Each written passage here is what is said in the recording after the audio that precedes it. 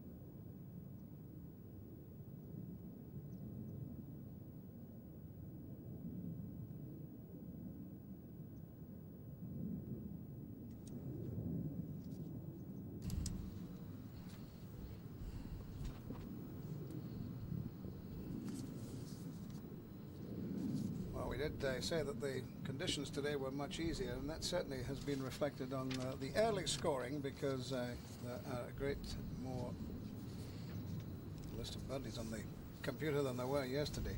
And this was one man who went out very early and who took full advantage of the much easier conditions. At the 18th, he had this putt for a birdie, and that was home in 30, 6 under par for Yarmo Sandlin, and a new course record of 63. Let's just check on Sandilan's figures. Out in 33, 3 birdies on that outward card, but look at that inward stretch. 4 birdies and an eagle, home in 30, to beat the record that Lee Westwood set earlier in the year. Or earlier in the week, in fact. This was Jamie Spence. That moved him to 8 under par, just 3 shots behind the leader, Coseras. And in fact, many of the players happy that today's conditions are a lot easier. This is Coseras.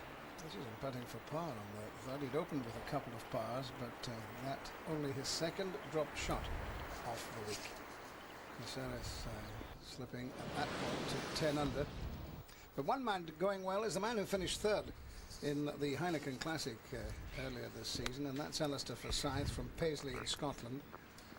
He started the day at 4 under par, and very quickly was in amongst the birdies with some fine shots.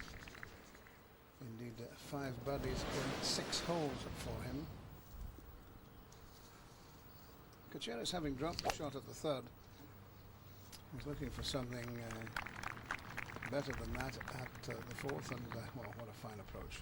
An easy 3 for him, a birdie. That moved him to 11 under. Lee Westwood yesterday with that 75, doing better today, despite the fact that he started with a drop shot. Plenty of birdies after that for Westwood as he climbs up the leaderboard. At the 7th, this was Forsyth. He birdied the 2nd, the 4th, the 5th, the 6th, and that was another birdie putt which he held. He moved to 9 under par. It's Coseras. Second shot to the par 5 5th. And that was an eagle chance there for Coseras. The player from the Argentine didn't make the birdie, didn't make the eagle, but he did make the birdie putt that followed. So at that point, 12 under again. Spence for the birdie at the 5th. So plenty of birdies being rolled in all over the place today. This third day of the Duval Desert Classic. Another player going well, having gone through the turn in 30, was Russell Clayton. He had 3 pars, 6 birdies on that outward stretch. Then he parred 10, 11 and 12. This was his second shot to the par 5 13th. Excellent shot. And Warren, he would roll that putt in for an eagle 3 to move to 9 under. Always a fabulous putter, Claydon, using well, the quality of the greens here to really get his putting touch going. But here's a man who's putted particularly well all week. But maybe just a chink in the armour showing, and perhaps that will just give the players behind the pack the opportunity to close the gap. Well, Caceres made a bogey there at 6. He slipped back to 11 under par. He's now only 2 shots clear of the charging Clayton, of the impressive Forsyth. Lee Westwood is just 3 back now with Affleck and Jamie Spence. Sherlin's in 7th spot at 7 under, and Yarmo Sandlin, after that record 63, is on 6 under par, tied with Stephen Gallagher, Van Phillips and company. On down the list there, Miguel Angel Jimenez, who was playing in Qatar next week but has withdrawn. Paul Lawrie and Darren Clark are both at 5 under. Still in touch with the leaders. Both of them are 2 under for the day. Roger Winchester's had a good round too. 65 to move to 4 under par. But let's join the leader, Jose Coseras.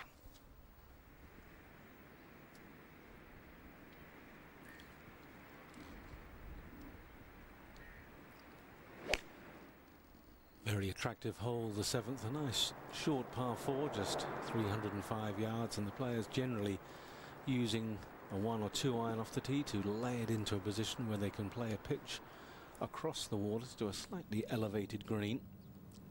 They're looking down behind the hole. And a very attractive hole, but one that they will certainly be looking to try and force a birdie out of today. Flag 23 paces on, 11 from the right-hand side.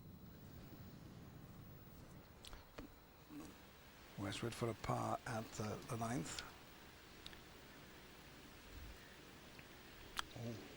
So starting the 9 with a drop shot at the first and finishing the outward 9 by dropping a shot. Assuming, of course, he taps this one in. Came to grief on this hole yesterday. Didn't really hit a bad couple of shots to lay it in position, but his approach to the green was perhaps further back than he wanted it to be, and he dragged it away short in the water. Real misjudgment there from Lee, and that was his second double bogey that he got on the hole yesterday on the front 9. Well, it's slightly more than a tap in, but it's a 6, and Westwood slips back to 7 under. But there's been a real problem for Alistair Forsyth at the 9th, because he clearly in the water has run up 3 over par 8. So he slipped back to 6 under par with an outward half of 34. 5 birdies and a triple bogey on that front 9 for Alistair Forsyth. And it'll be interesting to see just whether he can put that bad hole completely out of his mind. Real test of character now.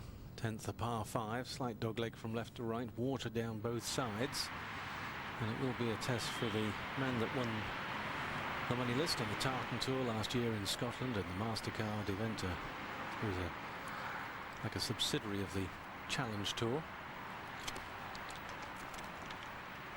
He started the day 4 shots clear. He's played 6 holes and he's only 2 shots in front of the field now. He's Corseras. Played so well in the wind yesterday, keeping the ball low. As his natural shot is a fairly low-driven shot at the best of times, so he probably didn't have it too difficult, but much more pressure on him today. Out in the leading group, playing with Jamie Spence, all eyes watching. He only won 1 title on the European Tour, and that was in Catalonia, in northern Spain, when it blew quite a bit as well. He likes the rougher weather. The day's too calm for him, perhaps. Oh, lovely shot. See, quite a handy, wristy player, certainly with the short irons. Not a very long backswing there, just driving the sand iron into the ground and little flick with the hands, and that was played quite beautifully. We'll be updating you in a moment with the performance of Justin Leonard and Mark O'Meara in today's 3rd round. I can tell you that Tom Gillis is currently the leading American on 4 under par with 1 hole to play as we watch Spence. Went up to Jamie Spence on the practice ground just before he went out. I said, well done, Jamie. You played very nicely yesterday, 67. 15 greens in regulation. That's impressive. 15? Did I hit that many? He said, I never hit that many. I said, you did. He said, I'm impressed by myself. Colin Montgomery here finishing off. It was a nice way to finish. In fact, he finished with a birdie there. A couple of birdies. 3-3 finish for 35 home and a 70, which means he's on even par. Started the day at 2 over, 2 under today. So Monty well back. Meanwhile, out on the golf course, Russell Clayton is going for yet another birdie.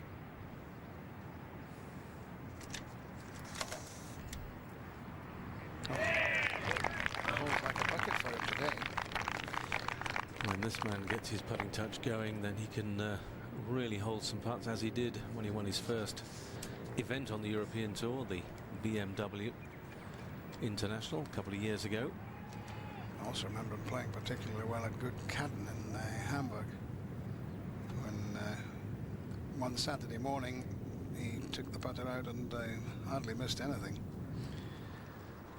He's not had the best of seasons so far. He had a bit of a poor spell down in Australia, so much so that I think when he ran the travel company a little while later and said, well, if I ever get the opportunity to go and play in Australia again next year, I said, just tell me I'm not going. Just looking at Clayton's figures, he shot a 61 once in the Mercedes German Masters. He's had two 63s, one of them being the one that I recall at the Honda Open back in 1994. 61s for Clayton, but this man, of course, has shot 60 at Cron. The year he won the European Masters.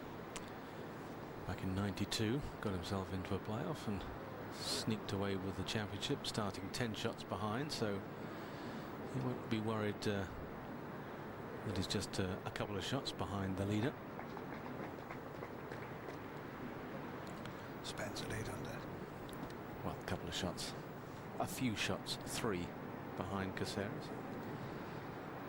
Was might shortly before in a minute with the Argentinian very close to the hole, and up to now has putted very well. There's a massive correspondence going on in the London Daily Telegraph at the present moment, Warren, as to whether we call people from Argentina Argentinians or Argentines. And apparently the correct way of doing it is Argentine. I stand corrected. No, I must say I've used Argentinian all my life, but apparently the Argentinians prefer Argentine. Although I see in the local paper here, the Callige Times, that Argentinian is in rather large letters at the headline. It's perhaps just a trivia point, but maybe not to the Argentinians, or should I say the Argentines. Good birdie for Caceres, and just making his third birdie of the day, just a couple of pars. 28 putts the first day, 27, perhaps heading towards 26. 12 under par Caceres. He's leading by 2 from Russell Clayton, who is 9 under for the day and could well set a new course record.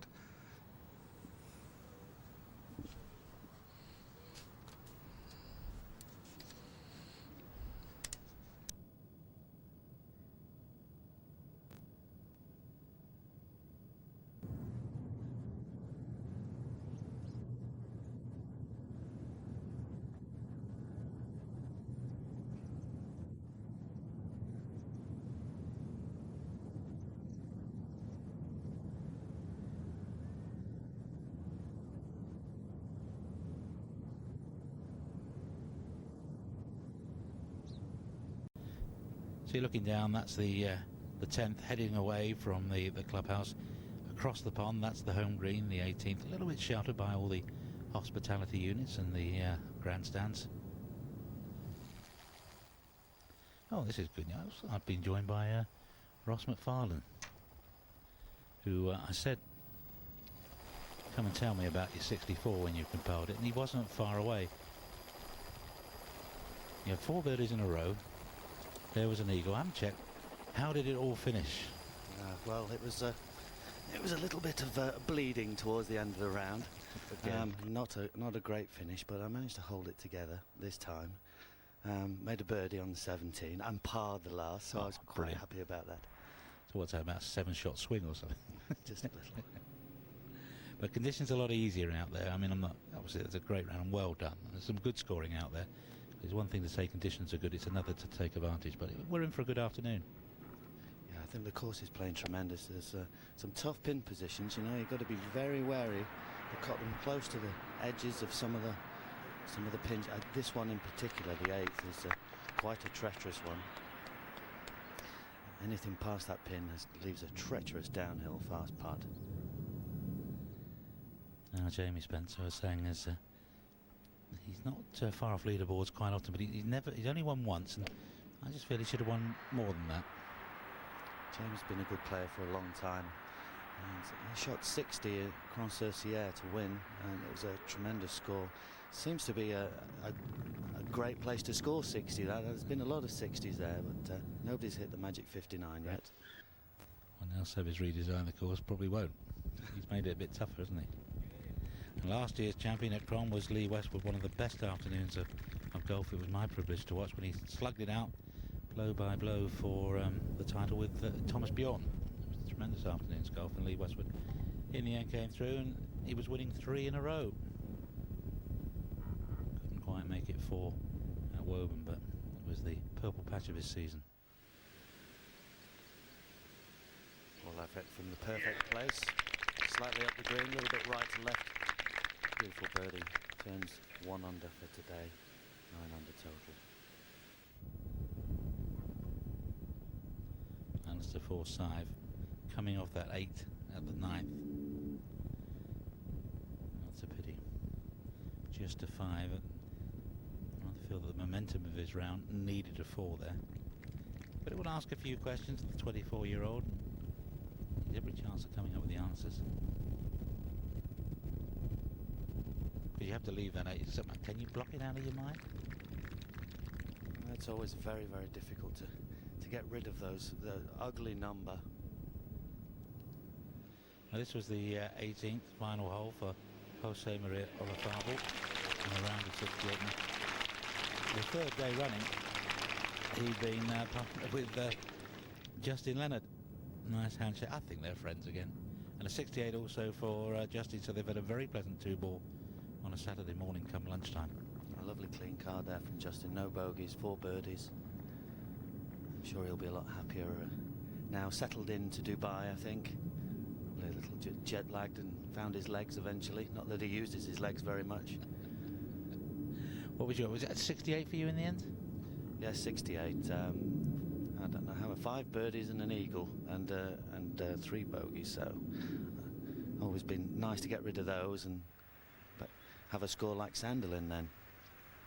It was some round, but under threat from Russell Clayton, and here's another big man, Aaron Clark. You can see the ball turning sideways at the end there.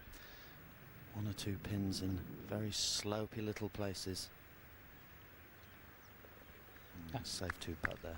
Back 9, where are you going to make your score? Is it back 9 harder than the front 9, or still the front 9 a little tougher than the holes coming home? I would say you're more likely to make more birdies on the front 9, but the way that they've set the course up for the back 9 with the tees forward on the 13th hole, enticing you to reach into, I managed to get on there with the 3 wood and made an eagle, so I was quite happy with that. So there is chances available, and of course you're not trying to make the cut, so you know it's moving day. You're heading for those pins, you're going to try and shoot at them, but there's a couple of very testing ones towards the end. So I would say come the end of the transmission we might see a few good high scores and a couple of good low scores as well. Quite aggressive from Jamie Spence. Wayne Riley's completed his round, birdie at 16, 17, par at 18, 67, 5 under. And slipping backwards, Gary Evans out in 37, 36 both 9s. And Thomas Bjorn, the touring pro from the Creek, he is on the 9th hole at the moment, still looking for his first birdie, all pars apart from the 3rd, which yielded a double, so Thomas back to 4 under. It's very important to try and keep the double bogeys or more off your card, as they can really destroy you. Actually, Jose coming from probably the best position here. A little bit of fringe grass to come through, which does make the ball bobble a little. It's not easy to keep the ball absolutely on line. Let's see if this one stays along the ground or whether it jumps. You saw it jump away to the right there. That's the grain pushing it. It was actually, you can see it was only a couple of paces from the front edge of the green, and he'll be happy with making a 3 after one that looked like it was going in the water, his tee shot.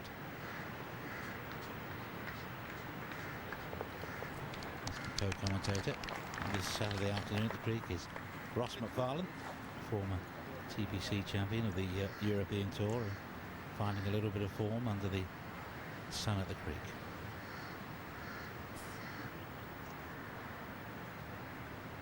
Interesting to see Russell Clayton come through. Somebody was telling me that Russell had said, and he doesn't make too many pronouncements, but he said he felt he was swinging well. If he just got the putter going, he's known as one of the best putters on the European Tour. He thought he could win sooner rather than later. And Last time I played with Russell, he putted quite beautifully and shot around about 67. I think it was in Sweden a couple of years ago, and he is a very good player. If anybody can putt like this boy, and over the years, they're going to make a lot of money. Jamie, a wonderful touch with the putter. I myself had 27 putts today. I'm quite happy with that. When are you going to play the other 3 holes? I think what it was, I kept hitting it on the fringes, so don't count as 2 putts from off the fringes. But this is one of the best putting strokes on the European Tour. That one, you talked about some tricky pins, and I would guess that's one of them, because that was going sideways at the end. Yeah, they're up towards the back edges of the greens, and this is where the grain's quite strong as well. And if you get above the hole, it becomes very, very difficult, because they're so quick. Very hard to softly hit it when you're coming out of the fringe grass or any chip. You're not able to get any spin on the ball. 2 par 5s to come for Jose Caceres. Russell Clayton hopefully to what he did tap in for his par at 15. 2 behind, 3 holes to go. Paul Affleck picking up a shot at the 9th. Pitching a putt to get to 9 under. Some big names behind him though. Patrick Sholin's going along pretty nicely. He's 6 under with 3 to play for his round today. And Stephen Gallagher also enjoying a useful Saturday afternoon.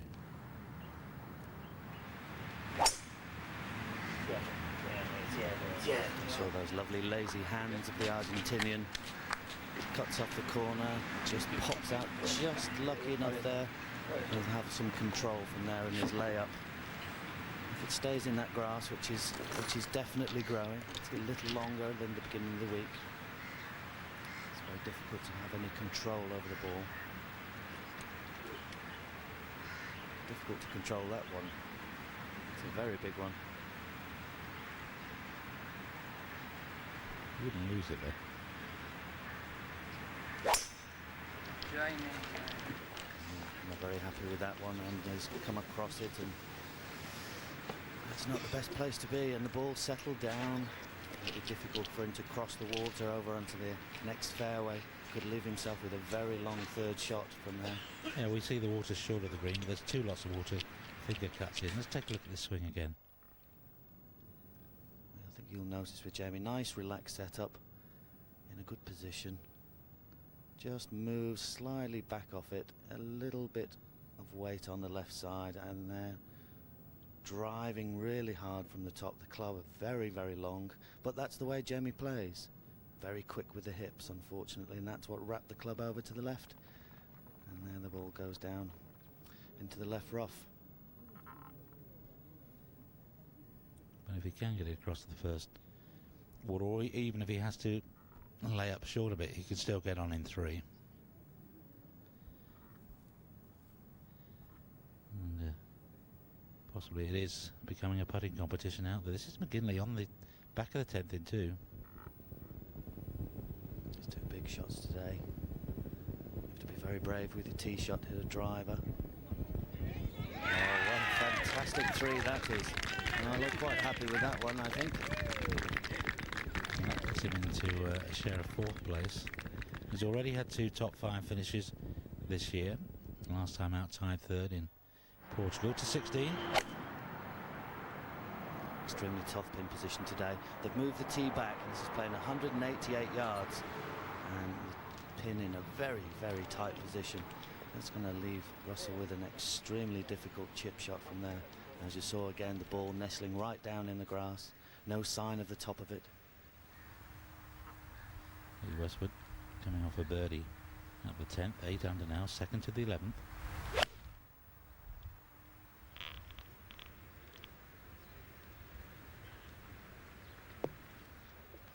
It's a beautiful shot from Lee. And leaves him in a good position to hold that putt. That's almost straight uphill. And it's a very tricky green. 74 players making the cut, and a chance for you to see how your preferred players are progressing or have progressed will be. There they are, running the latest scores. Let me share the Reading score on there. Being kind. I'm quite interested in the United score, of course, today. So they're playing this morning. They're playing against Liverpool. And afraid you're going to have to concentrate on the golf. There's nothing wrong with concentrating on the golf. As you can see, a lot of good scores coming across the bottom of your screen. Right, Jamie Spence at the 9th. Now, what has he got to consider? He's a long way back. You can just see sort of centre of your screen where that water cuts in, and that is a factor on this hole. Yeah, very much there. Also, where that cuts in, there's also a big band of rough. So he has to either lay it to the end of the first fairway, or maybe take the bull by the horns and use a less lofted club and try and get it over that thick rough and onto the next bit of fairway. And that will, of course, need a lot of strength, because this rough is quite tough. So if he does lay up, what's he got himself left for his third? He's probably going to have something in the region of about 220 yards, 230 yards to go from there. So he's probably thinking, if I've got half a decent lie, maybe I've got a little lofted wood in my bag, I can chop it forward, get it forward, and leave myself about a mid-iron, a 6 or 7 iron in.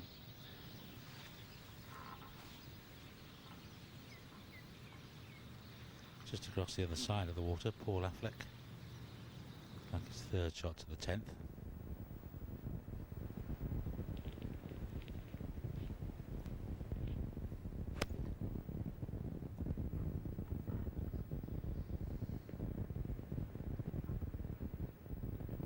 I can see how the wind and the grain are affecting that ball and moving it back further and further away from the hole as we speak. I must tell you though, Steve, I was in a similar position last year myself, managed to get it onto the front edge of the next fairway, and then slam dunked a 6-iron for an eagle and a bit of a gold doubloon. But Jamie's got a very lofty club here. It looks like he's going to try and get it to the end of this fairway. If you were selling that, I think he'd take it now, wouldn't he? Yeah, definitely. So not quite as long as that rough looks from us, and saw a little truncated follow through, just chopping it forward. He wants to get as close as he can to get the distance down. Not too happy. You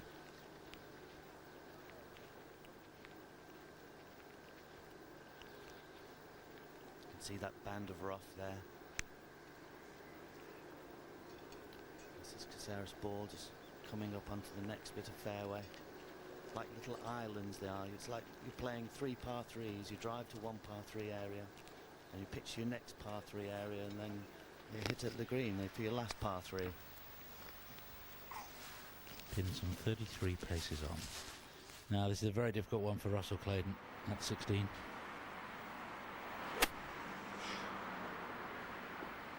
there's evidence of how the rough has grown since the beginning of the week.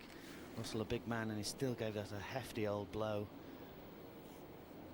He's going to leave himself quite a long putt there for saving his par.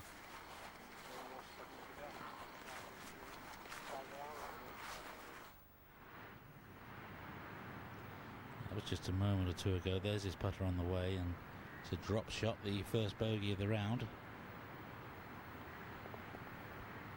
Coming into the old tough stretch, the finishing stretch here, very difficult. And you're hoping to get away with that particular hole today, the 16th. You're looking really to be finishing left of this hole. Anything that finishes on line with this pin or right of it is definitely a shot you've not played for, is one that you've just overcooked.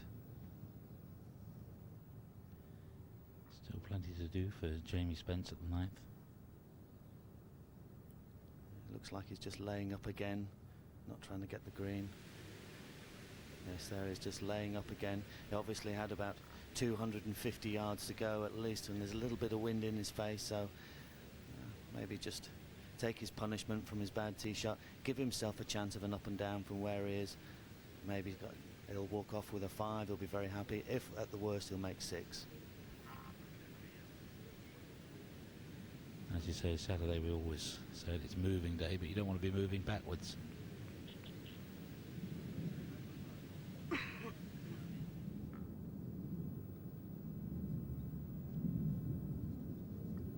Paul, who's 3 under today, 9 under total.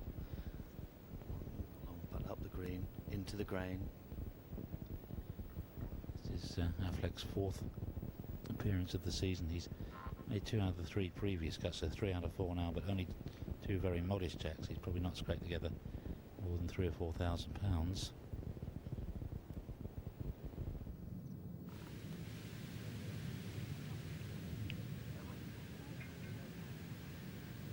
See the flag looking very limp at the moment on our screen. 3-shot lead, Jose Cacheras. But anything just over the height of the clubhouse is still affected by this breeze. So you can see his shirt still flapping a little, but it's actually it swirls a little towards the end of the green. And you have to be very careful. If you knock it down, if you knock the ball down, it can definitely go too far here. And if you go past this flag, you're left with very, very little to do. And anything short, of course, spins back down the hill. So, Probably best that he holds it.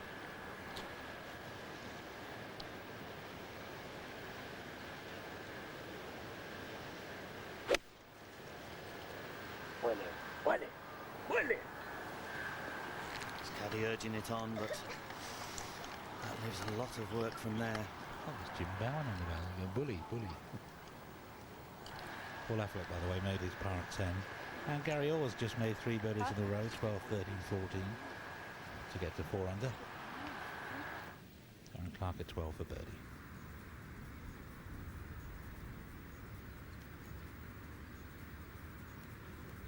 And he will be well able to get on the 13th in 2, so this could perhaps be the launch of Darren Clark's charge.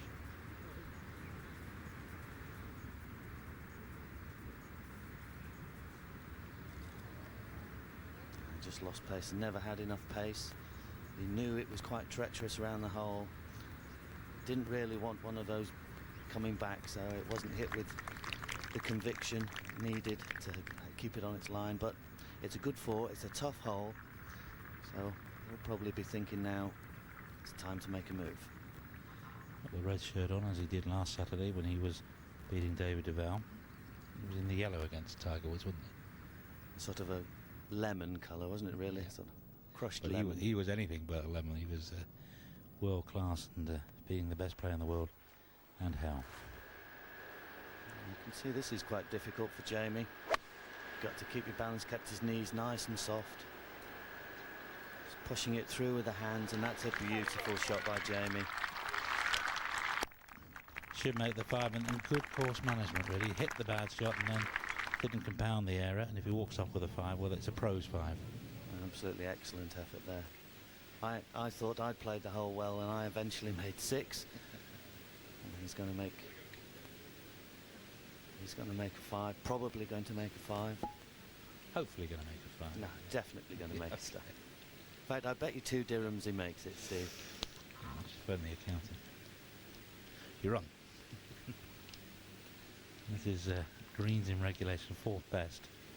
That's after the first 2 rounds. And that's a pretty high percentage, and we're making the putts as well. Putts per green in regulation 1.627. Doesn't mean I find it a bit hard to convert that to real life. I think what it means is basically he's putting the nuts off the golf course.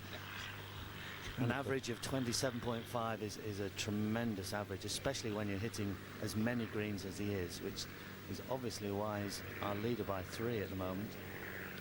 He's played the par 4s particularly well in the first 2 rounds. He was 6 under. He'd only made 1 bogey. That came at the 16th in round 2. He's doubled that total, as we know. But he hasn't as yet shown too many signs of pressure cracking up. He's still leading, and he looks to be enjoying himself. Not quite as happy as yesterday. Maybe he was happier in the wind, but maybe it's the realisation that he's in such a great position. And of course, another man with a red shirt on. And you, Steve, as well. I know. I thought that was Sundays you wear the red shirt. Just depends which way they come out the suitcase.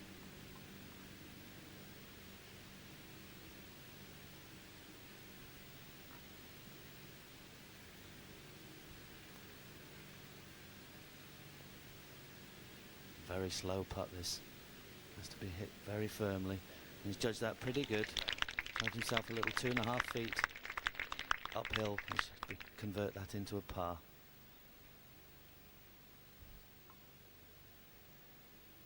A little bit up and down from Jose. 3 birdies, 2 bogeys, front 9. But still moving forward. 1 under for the day. Hard to believe that this just a year or two, or what, about 10 years ago, was desert. Carl Litton, the course designer, also responsible for the 2 courses at the Emirates. Ken Glover, the agronomist, charged with the responsibility of producing the course in this pristine condition.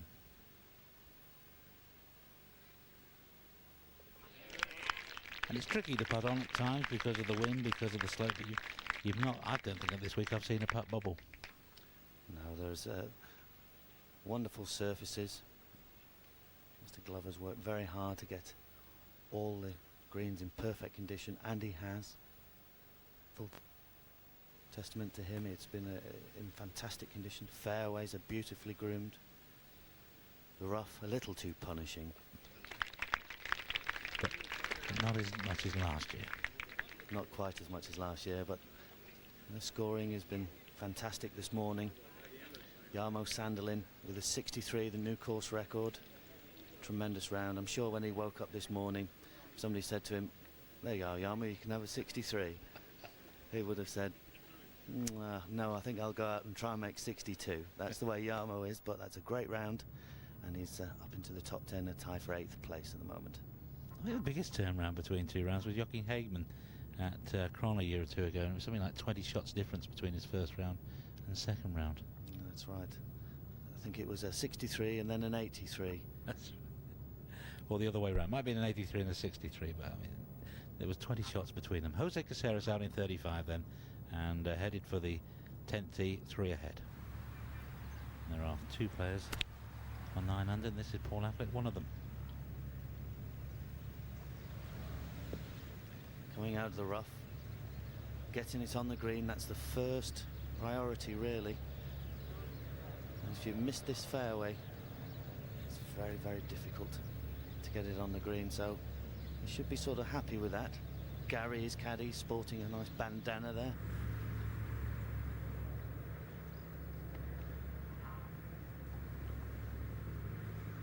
Maybe time for a little burst from Lee Westwood, rather like Darren Clark. Could knock this one in, the reachable par 5 to come. See how far to the left he's aiming here. It's also quite a quick putt this, so gotta try and concentrate. Is it there? Am I aiming correctly? I think so. No, I think I'll change my mind again.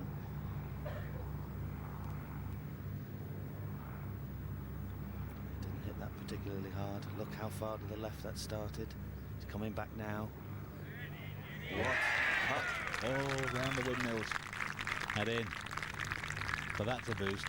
That is, as we say, 1 against the head. So into a share of 2nd place. There are 3. Affleck, Clayton, and now Westwood. And with the par 5 to come, he's got a chance, rather as he did with David Howell in the last round last year. He just put a bit of pressure on. David Howell played beautiful golf in the final round, and he was looking to be cruising. And then suddenly Lee Westwood put a run together, and the pressure was on.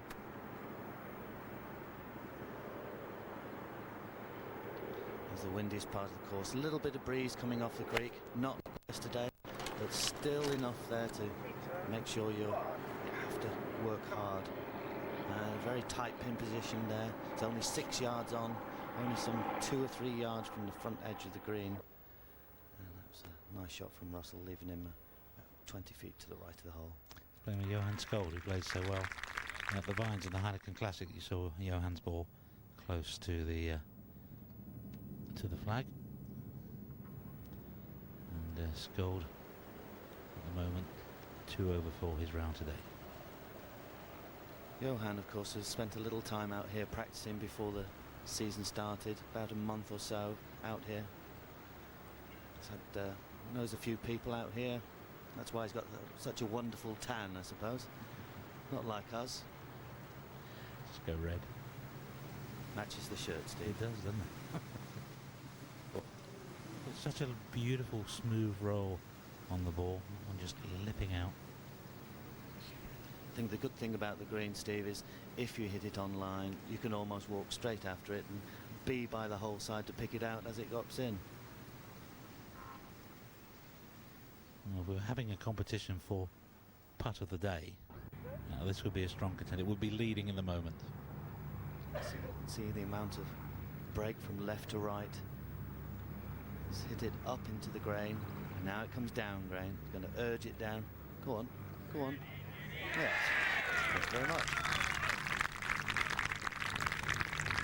And it was a tremendous effort from Lee as well to keep his round going with those 2 2s on the back nine yesterday, because he 75, and that was one shot below the average, and he was looking at 77, 78, maybe even an 80 if he'd let it get away from him. But he knew that with a long way to go, everybody else was struggling, and kept himself in the tournament. In the distance, the World Trade Building. There's Paul Affleck on the 11th hole after coming out of the rough. Coming up the green. Hello, this is online. Oh dear. Oh, have you ever seen backspin on a putt? Go on. Well, I think that tells you where that pin position is today, Steve. As you get the wrong side, you need clamp-ons to play it, don't you? As you can see the rough there, you couldn't actually see Jamie's shoes. Managed to move it forward in a good position for his third shot. Par for Russell Clayton at 17, no problems with the tap-in. There's Janet on the back. They've been together a long time, haven't they? Good combination.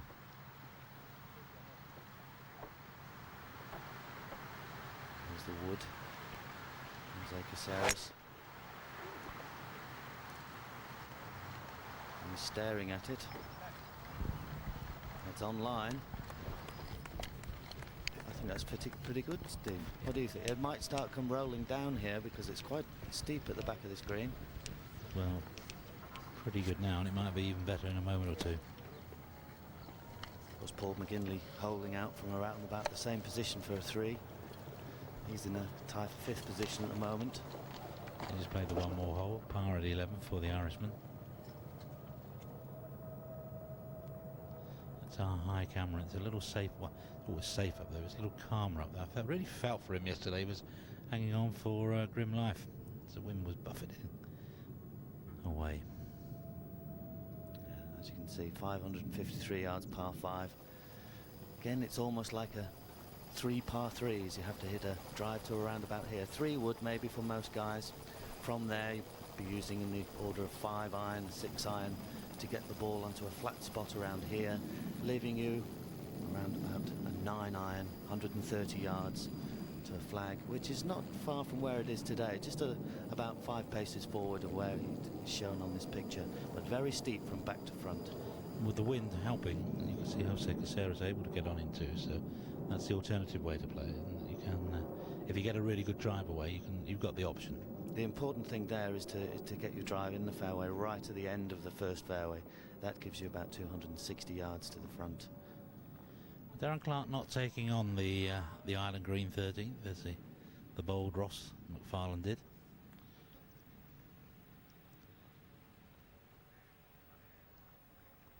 Just a little bit overcooked. Just pushing his wedge in quite low there, and you can see it took a big skip forward, and then the backspin took part. And Darren won't be happy with that. Probably a short par 5 for him today. After a good drive, he'd probably be looking in the region of 4 or 5 iron to reach this green. So I would have said he's probably missed the fairway and gone into a little bit of the rough. Good comeback from Alistair Forsyth playing with Lee Westwood. Just made a birdie 3 at the 12th hole, and that's got him back to 7 under into a share of 7th place. Now this was Mark O'Meara for birdie at the 18th, the conclusion of his 3rd round. He hasn't really been on top of his game, and indeed he hasn't had the best of 12 months or so. Maybe he has to refocus, get his priorities sorted out. Does he want to just make money chasing around the world, which isn't nothing wrong with that, but does he want to sort of pick his schedule and say, right, I'm going to give myself the best chance of being a winner again? I spoke to Mark this morning, and he was saying all these people are talking about what I'm doing. He said, I'm 43 years of age, I'm enjoying my golf and I'm getting around a bit, and he said, I'm just not playing very good at the moment. He said, but basically this is the sort of schedule he normally has. He played here last year. He enjoys it out here. Nice par on the last. As you saw, around a 71. So he'll be trying to get a little bit lower tomorrow, going for maybe a 63 or a 62. I wish you told me that before. There you got it. That's the way Mark O'Meara sees it.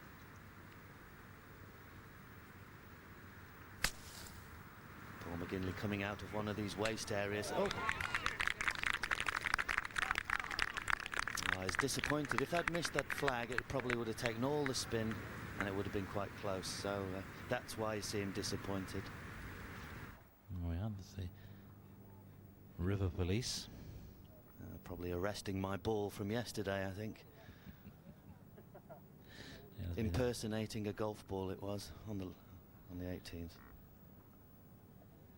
There you go. And actually the creek, not far up that way under the bridge, gets quite narrow quite quickly, doesn't it? It's just a very big going through the city centre.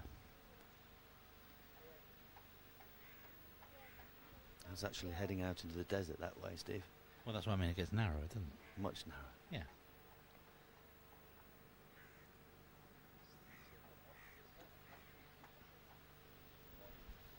There's Darren Clark now for a birdie. See how quick this is. I'll be disappointed. Par 5 that he can reach in 2. Still some 2.5, 3 feet left for his par. And 5 at the hole behind for Paul McGinley. Didn't get the sand save, so hitting the stick probably cost him that shot. I think they call him more of a desert save. A classic in the desert. Good 5 by Darren in the end, but he'll be very disappointed. Would that count as a sand save coming out of the waste area? No, the waste area isn't a bunker, so it's just a nice form of rough. Jose now. How softly putted that. Should start turning to the right now. Here it comes, here it comes. Oh, how did he leave it short? I can't believe he's left that short. Nice birdie. He gets to 13 under and again has re-established that 4-shot lead.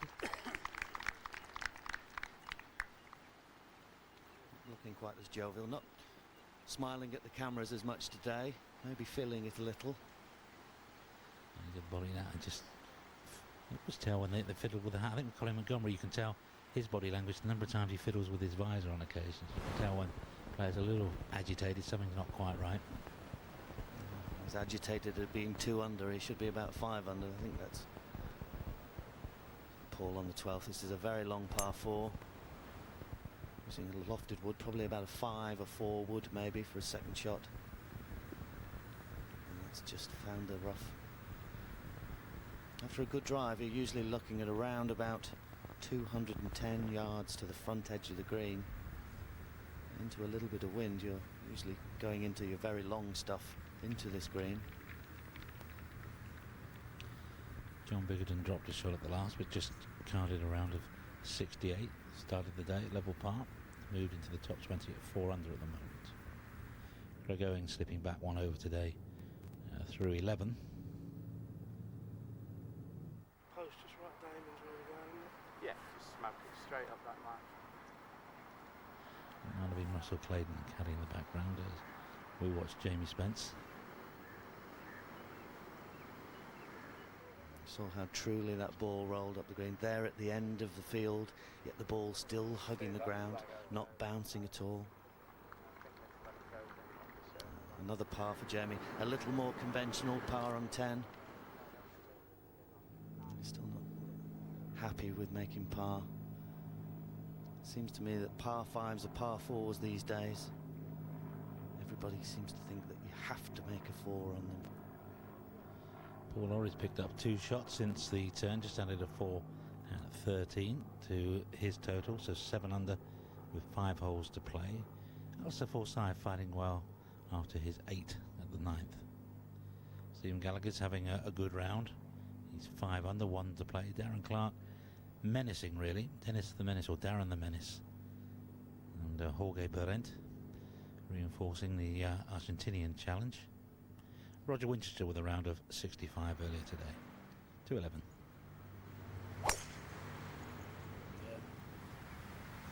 Another evidence of the free-flowing hand action of Jose Caceres. And most of the Argentinian pros are a little influenced by Eduardo Romero, but did you see any sort of Roberto Di Vincenzo in one? Oh, maybe a little bit.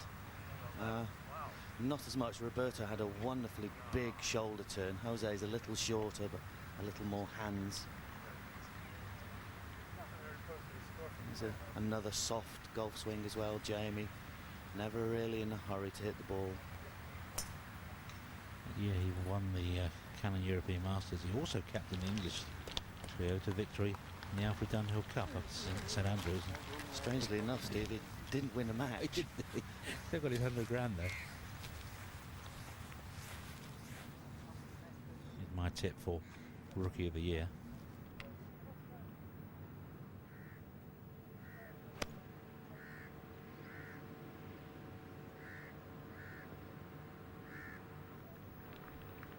Evidence of a really good strike, that. Yeah, a little unlucky to screw back that far, but Lee Westwood will be first to putt. That will give Alistair Forsyth a chance to learn a bit.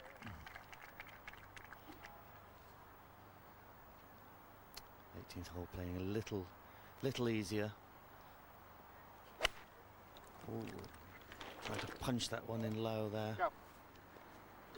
Caddy shouting to it, get it to run up the slope. And it's in a good position. Well, he will need that putt for a share of Viamo Sanderlin's newly set course record.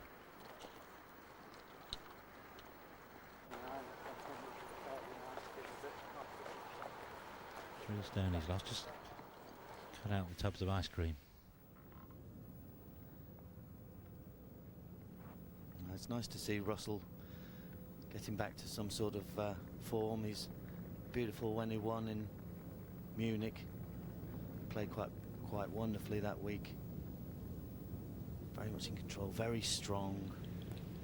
He's the guy from Australia, missed 2 cuts and phoned his travel agent from Australia to get my page on the computer and just type in there, if I ever ring you and ask for a ticket long haul again, just say you're not going and hang up.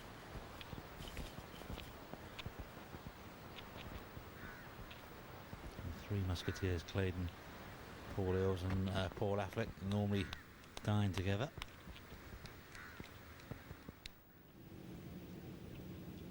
You never know, Affleck and Claydon may be a pairing tomorrow. Of course, Paul Eales and Russell Claydon used to play together in the 4-ball championship, Perrier 4-ball. Did very well, finished second a couple of times, I think. Yeah, did it. Saint Cloud, once behind Peter Baker won it with DJ Russell, and DJ played out this 59, I think he shot the first, or they shot the first day. And I think it was actually David did it all. Well, that's what Peter Baker very generously said. It might be just a bit of breeze getting up. It's the creek that cuts in so close to the 18th hole. And Paul Affleck, Russell Claydon and Paul Eales, I think they're on the players committee. Looking for a ball in the creek there. Certainly we know it's not Russell Claydon. That might have been the 17th. Yes, I think it was the you could just see the forward tees of the 17th there.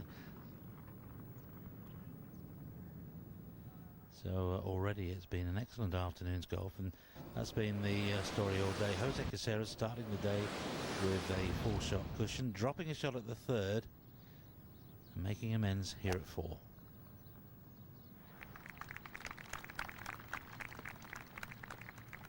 Wonderful shot there from Jose, probably hidden in the region of about an 8 iron. Lee Westwood went backwards yesterday. He doesn't spend much time on a golf course going backwards, normally going forwards, and that's the case today after a little slip, a drop shot at the first hole, but that shot into 7 made it 4 birdies into subsequent 6 holes, and Westwood on his way.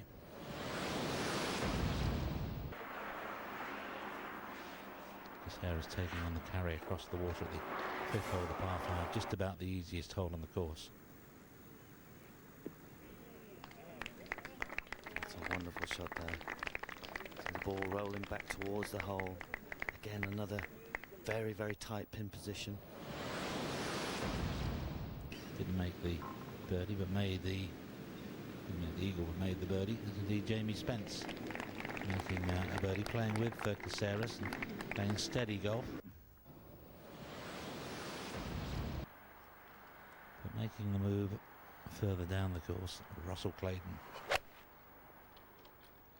This was his second shot to the 13th, reachable in 2, but it's still a brave shot because it's an island green. Clayton trusting his ball striking and setting up an eagle.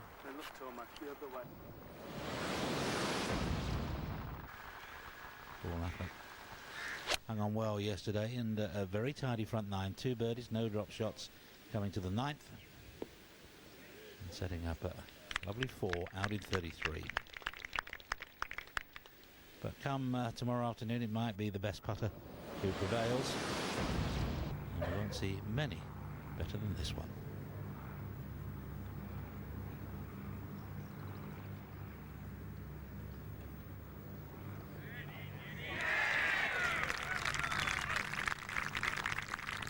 Lee Westwood at that point back up into a challenging position. There's Jose Caceres through 10, leading by 4 from Clayton, who's safely on the 18th green in 2. Westwood with the 13th to come. Affleck and Jamie Spence picking up 1 shot through 10, but actually being passed by 1 or 2.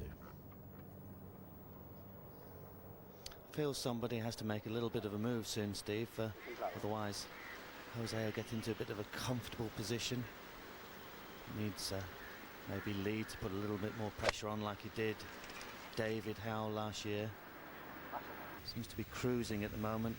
Caceres, again another shot straight at the flag. Left himself below the hole, uphill into the grain, a little slow, but a lot easier to control that putt. Clayton then for a share of this course record with Yarmo Sandlin. 63 for Yarmo this morning.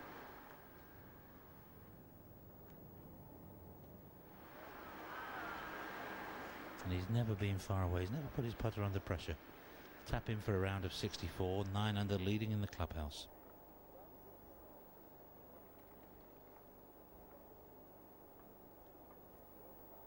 A wonderful card, that. Great first 9, 6 under the front 9.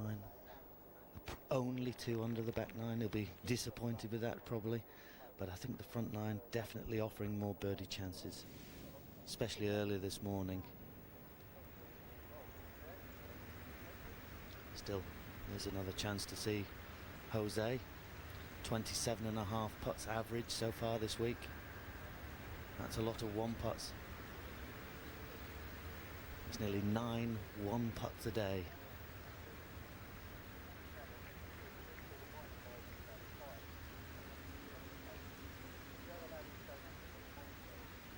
Straight uphill. He's made birdie here at the first, the 11th, the first 2 days. Can he make it 3 in a row?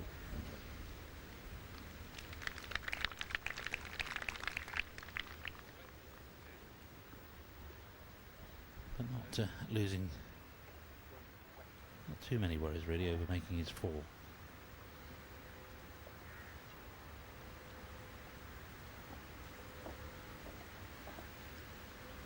Stephen Gallagher dropping a shot at the last, but nevertheless a round of 68. He's in at 5 under.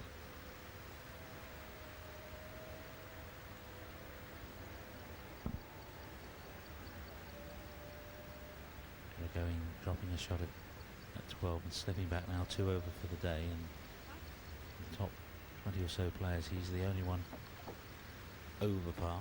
Shows how high the standard is and how well the course is, how receptive the course is. Set back though for Paul Affleck, a drop shot at 12, away the lads. Away the lads. Well, they are away if they're playing around here.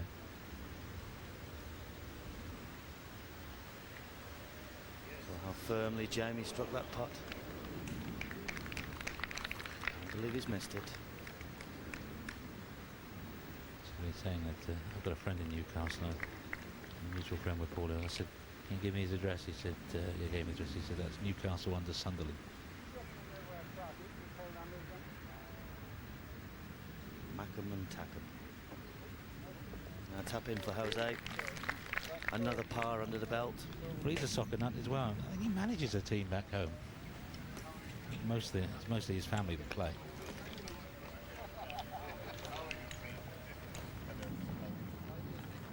Lee Westwood, only a 5 at the 13th. Pin on the 14th today, very difficult to get at. Tight on the left-hand side, wind coming from the left. Lee leaving himself in a very good position.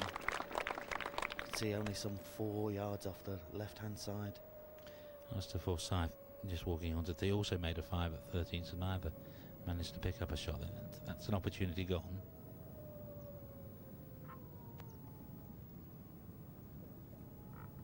Caceres then by 4 from Claydon in the clubhouse. Westwood nicely placed on 14, and Affleck slipping back to 8 under alongside Jamie Spence. Patrick Sholand a round of 66. He's obviously got the putter going. He's been a little frustrating, a little hard on himself at the early part of the season. Didn't have such a good year last year, but that's by comparison to a magnificent 1998, although he did finish on a high by winning in Hong Kong against a pretty strong field at the end of the year. Ulrich is here as well, his wife expecting their first child round about May time. Around about the PGA time, I think. Obviously why she's not carrying the bag anymore.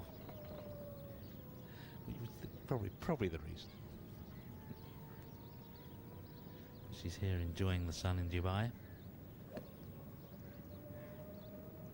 As is Jose Caceres.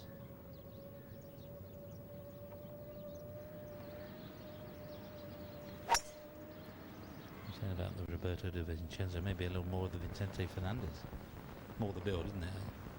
I think Argentinians are either sort of whopping great prop forwards or sort of wiry little scrum halves.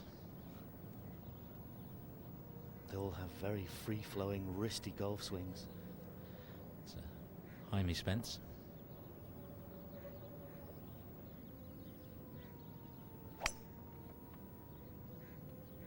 Didn't have the same whippy sound, but still the same sort of shot down the left half of the fairway. Give himself a good chance to. You know, the sound of a golf club is so important. We think the wind is up to 12 knots, matey.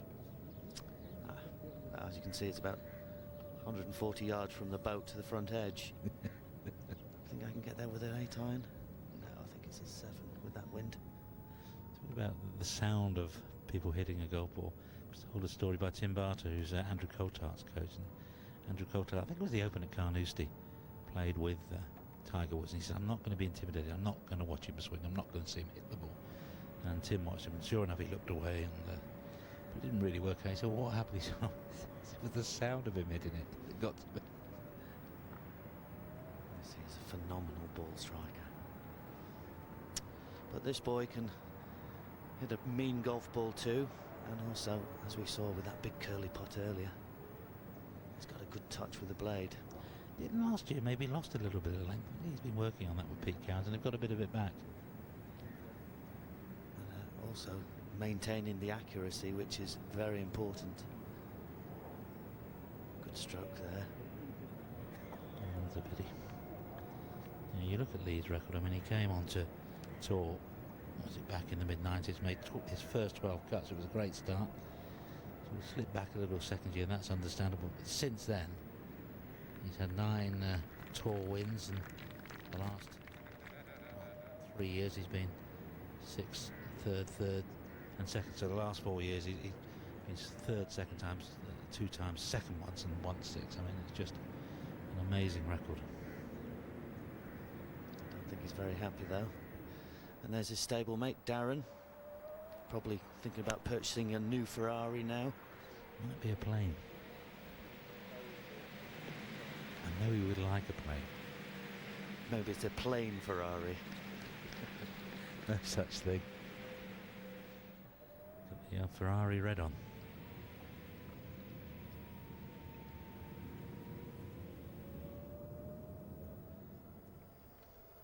Here's the 12th hole. This probably one of the more daunting holes of the course. tee, a long way back, 484 yards, longer than most normal par 4s. Probably more par 5 at your golf club. Good solid drive needed. Be hitting it to around about this position here, which will leave you in the region 210 yards to the front. You see lots of waste area on the right, big high banking on the left.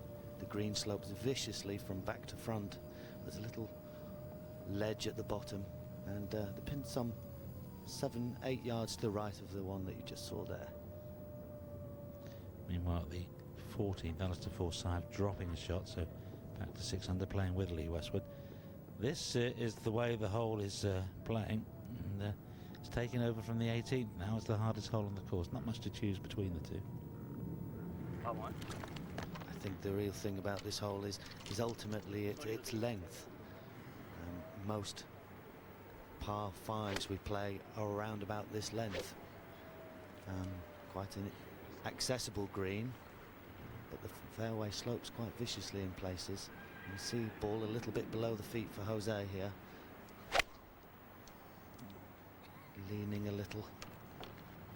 Good strike. And it just jumps out of that rough. Very fortunate there. Maybe that could be the bounce of our champion.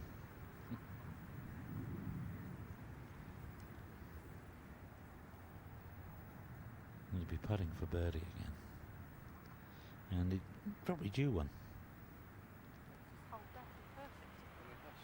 Yes, he hasn't had a birdie for 2 holes, has he, Steve? Exactly. Well, it's due a putt because I think you're too putty for that. Now come on, mate, play your shot. Jamie a little bit Just keep still, disappointed with himself. Come on, Lee. The Schizophrenics golf day, isn't it? Which I very nearly won. For an argument I had with me over club selection on 16.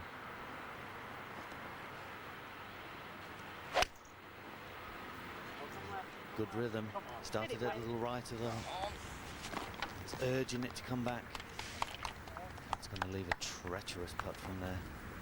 It's a good day though. It turned out to give you 2 sweaters. Always been one for a good golf day, Steve, haven't you? Oh, I'll never turn them down. Looking forward on Monday to going to Abu Dhabi and playing the new course there.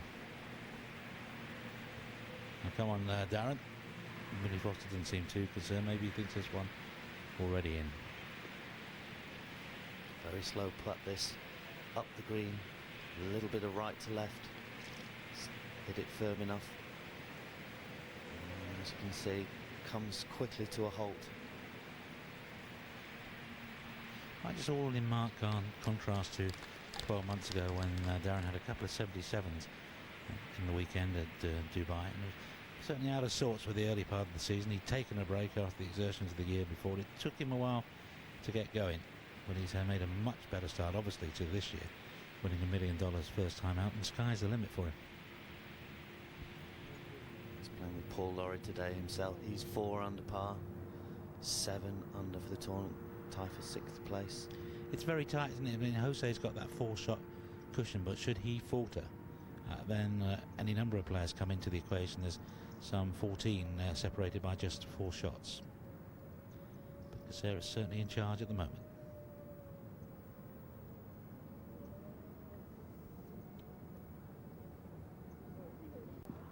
And we've said before if he were to come back to the field, but he hasn't. I mean, he's kept out there, and might have been a bit fortunate with the hop and the skip at the 12, but even if he hadn't got that, he'd have been just chipping or maybe putting from the fringe. It was never a bad shot.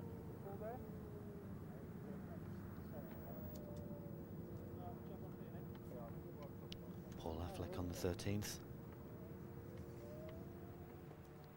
Anything beyond the hole will be quite fast. You ask them a question, they look at you. Wonderful surfaces here. Waiting for it to go to the right. Knew it wasn't online, was walking after it quite soon.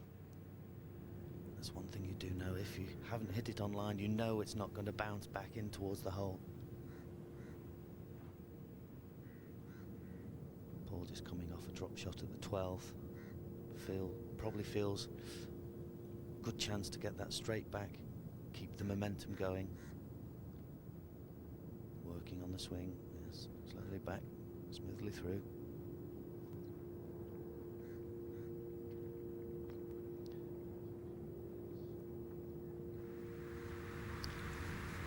Now Jamie's stalking this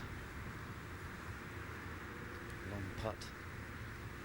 From where he is, he's coming straight downhill to the last yard, and then it flattens out. But he's literally got to hit this with a cashmere club face and hope the ball has got some chewing gum on it and will grip onto the green on the way down the hill.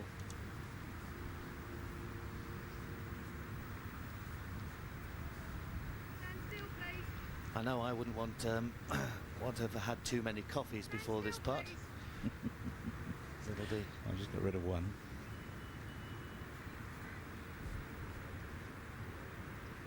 You were saying in your eloquent way, this is quite quick.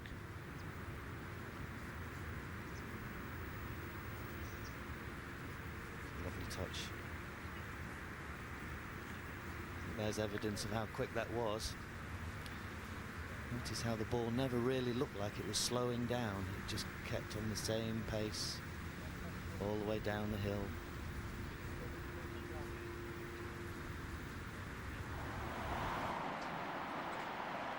Lee on the 15th, Eight on, just yeah. on the I mean, 7 on. semi Wind first change cut. going to bring the back into play. Got no room on the left at all. There's only So, some 3 that yards up, cross behind on this the flag. You can hear Mickey Doran saying there's no room left of this flag.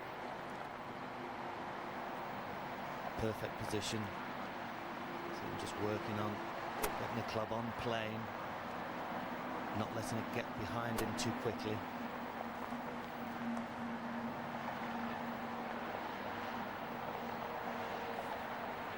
So discussing 8 iron for Lee.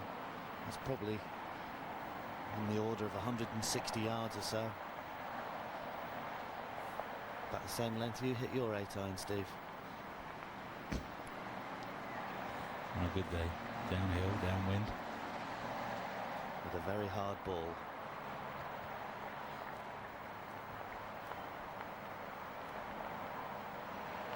And it's either the camera angle or I think he's aiming a little to the right. That's where the safest part of this green is.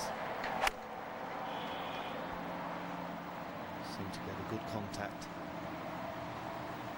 But yet again, just like yesterday, Steve, all coming up short of this hole.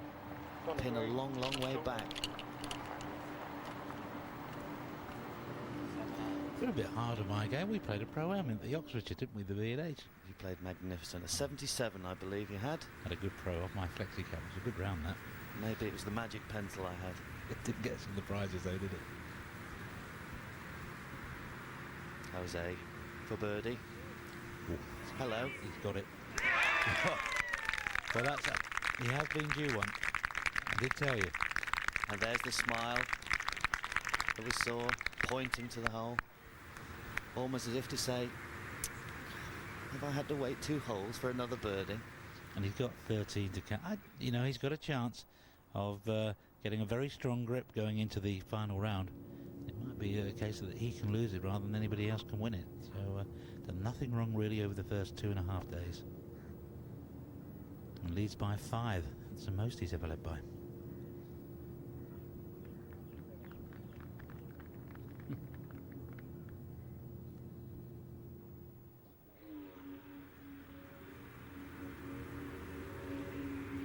All a bit galling for Jamie Spence.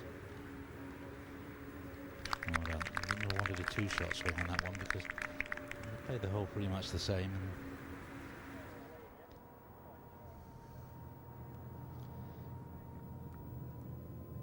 And I think she's saying, no, come on, Dad, stay away from now.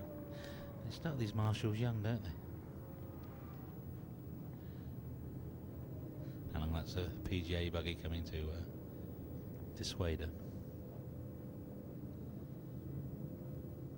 She's learning her first reef knot.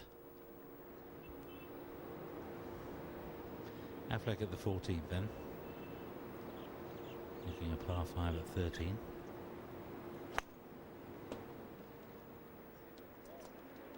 Of Almost 100,000 dirhams for a one. With the wind coming off the left, it seems to be very sedate, that flag now. No holes in one so far. 37 birdies. 1 or 2 would have been close. And playing as the 11th hardest hole on the course, across the water. And then if you're long, plenty of bunkers are sort of pin high or beyond. That boat's just been tangoed. Here's the position I said that most people will be hitting their ball to today on 16. I must be a good player because that's where I hit it today, and Darren's putting from the same spot. Did you take 3? No, I 3-putted, Steve. Well, wonderful touch there. Quite slow, quite a lot of left to right from there. One thing about his play last week in California is long putting was very good. He got the ball, never was in any trouble at holing out. His especially against Tiger Woods, all his long putts will roll by the hole side, never really had to do any work, was given all his second putts. And Lee Westwood has played down, he's delighted for Darren, as we all are, but he's played down the fact that there's any rivalry between them, but I'm sure somewhere inside his psyche he's thinking, well, my turn now. Of course, Lee is higher in the world rankings than Darren. Yeah, Darren up to 14th with his win last week. I think Lee's around about 7th.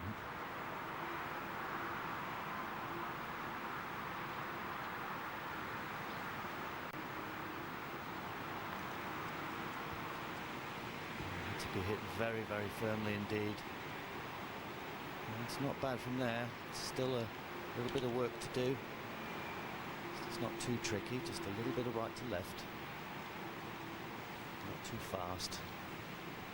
Gary Evans is fighting back with a couple of birdies at 13 and 14, got himself to 5 under, having gone out at 37 and then dropping a shot at 11. And a birdie for Greg Owen at 13 also. He's 1 over today now, 5 under for the tournament.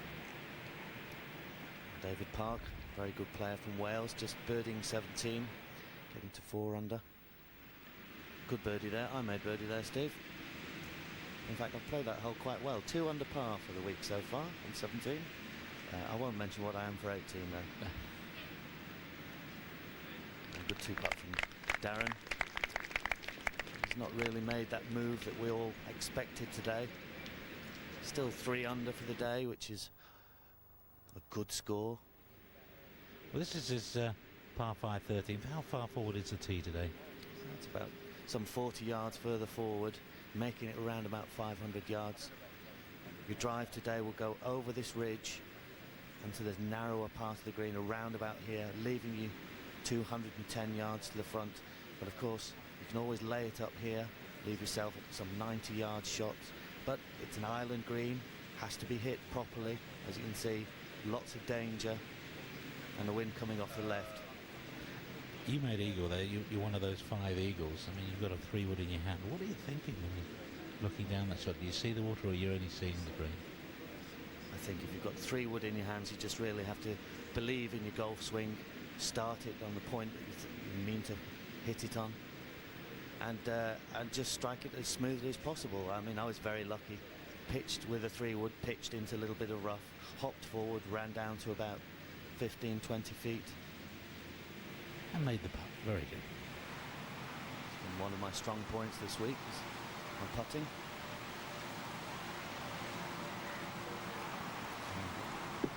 Not Lee's strong point on that one. I mean, you'd like in general to have greens like this in this sort of condition most weeks. It would be, I think you'd see a higher standard of putting from the players. I have to say, the last couple of years, the standard of courses that the tour players on has improved immeasurably. Definitely. We have our tour agronomists going round, making sure that work's done, working in conjunction with the local greenkeepers. Lee needs a little care with this, has to be hit firmly. You see there was still a bit of break left in that putt. Would be disappointed, but he was a long way from the hole. Yeah, second drop shot of the day, second bogey. The first coming at the first.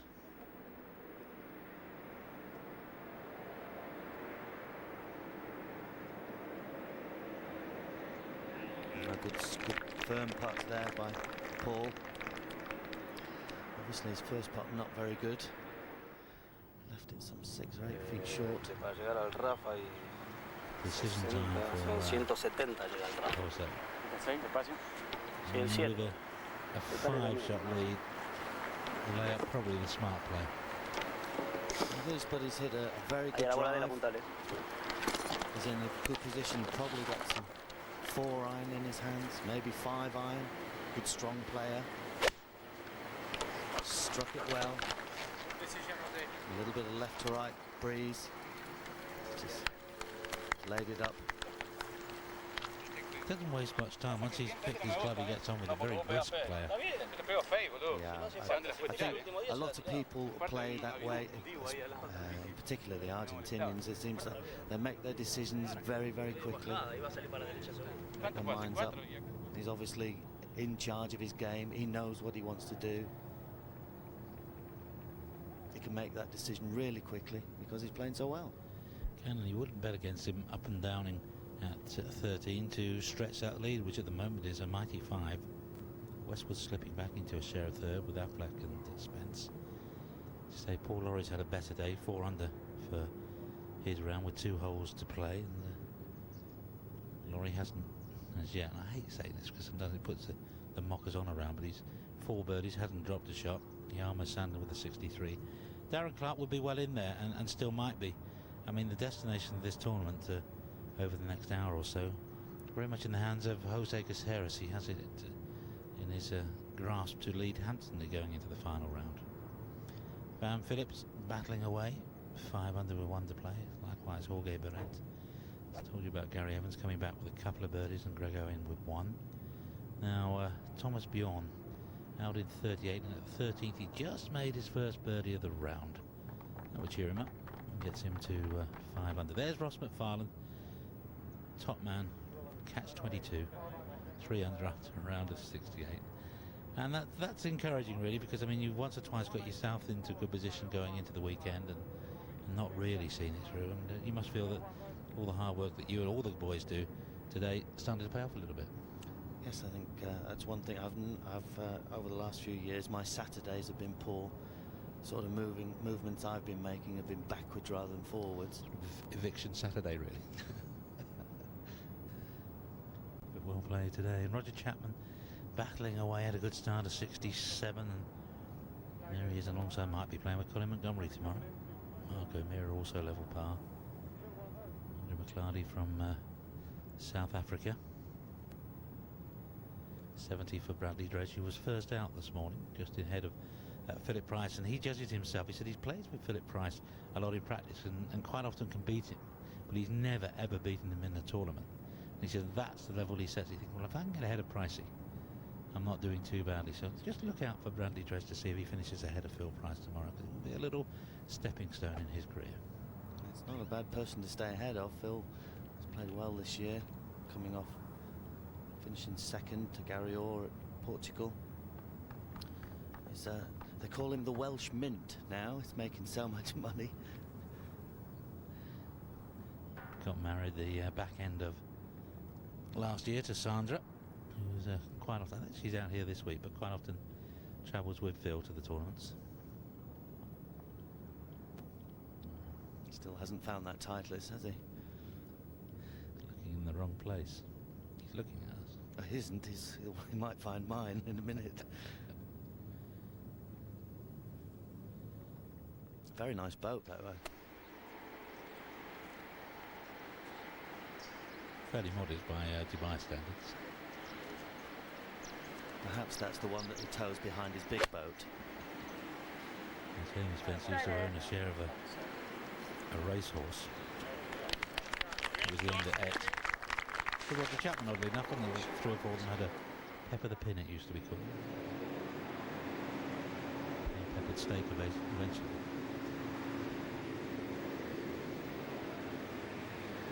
A difficult pin to get at here. Made 2 yesterday. Let's see if he goes for the flag. Well, that's the sensible play. Very good shot. See, hardly any green to play for where that flag is.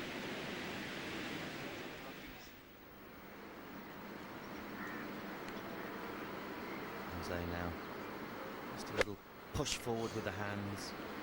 Tiene que picar para allá. I think he likes it. Ahora. Very nice shot indeed. Salió un poquito más a la izquierda. Ahora lo que salió que se Chance to get the 15 under.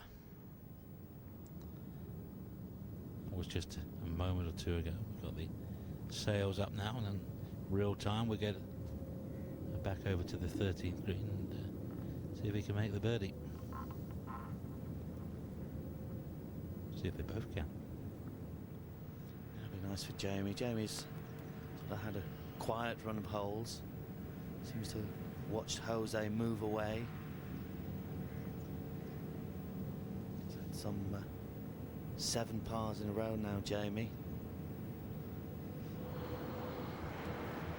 He's made a couple of good pars, a good saving 5 on the 9th, and an excellent second putt on the previous hole, the 12th.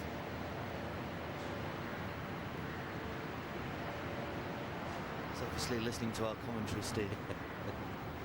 Actually, that's me.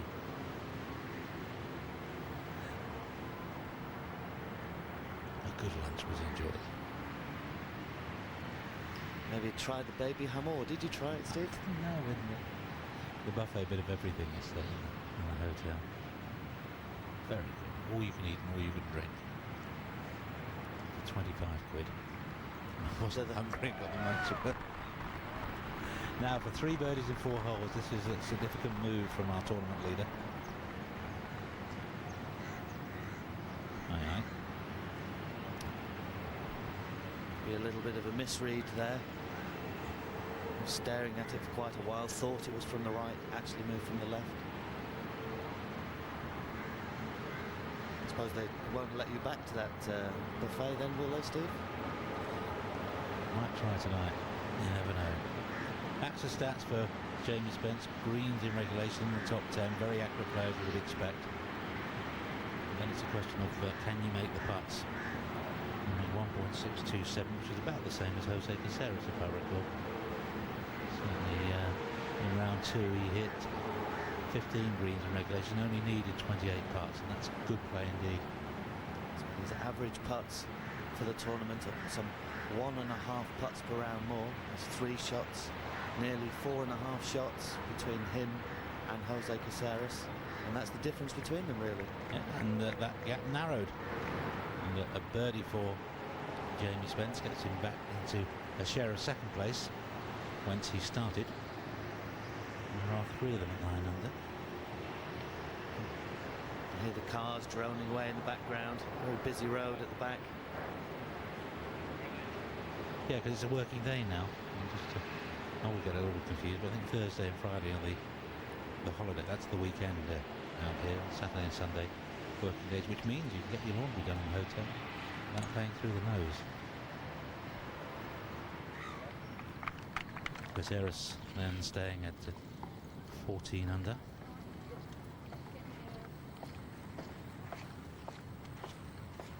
Maybe a chance wasted. Chance for Lee Westwood.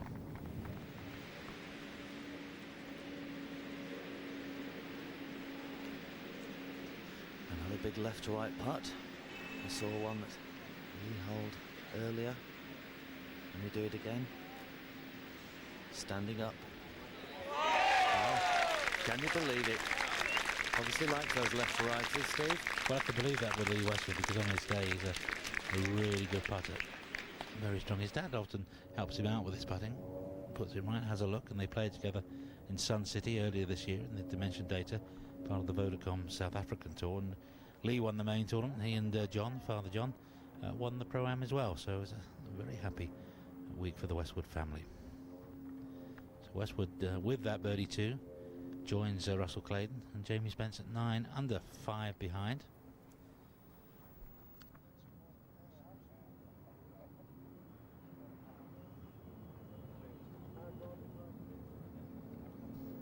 There's a very nice fishing boat going down the creek. Some fine fishing in this area.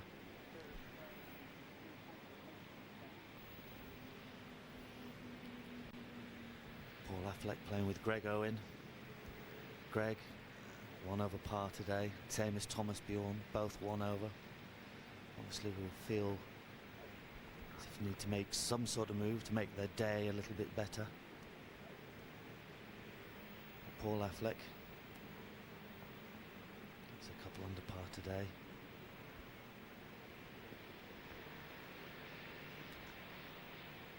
A little bit of left to right. Again, short of the hole on this 15th. He's taking a good hit at that one. It's going to leave him a very, very tricky putt back.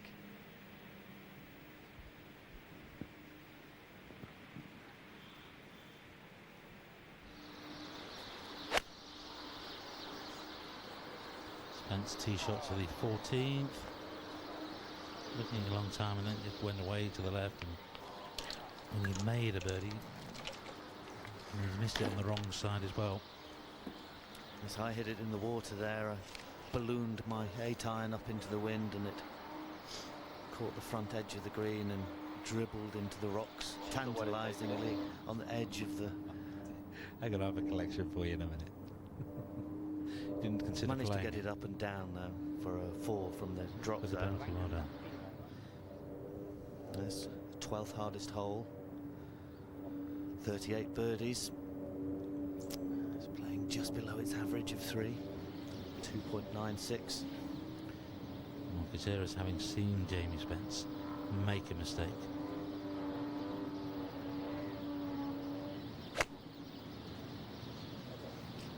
Safe shot really. Start it right to the flag, draw it in a little, and that's a super shot from Jose. I want to cash in there because he's now faces, or after this hole will face 4 very tough holes headed for home.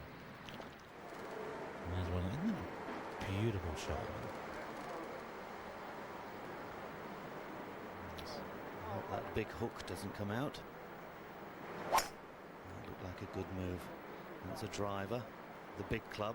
Start it down the left side, let it drift.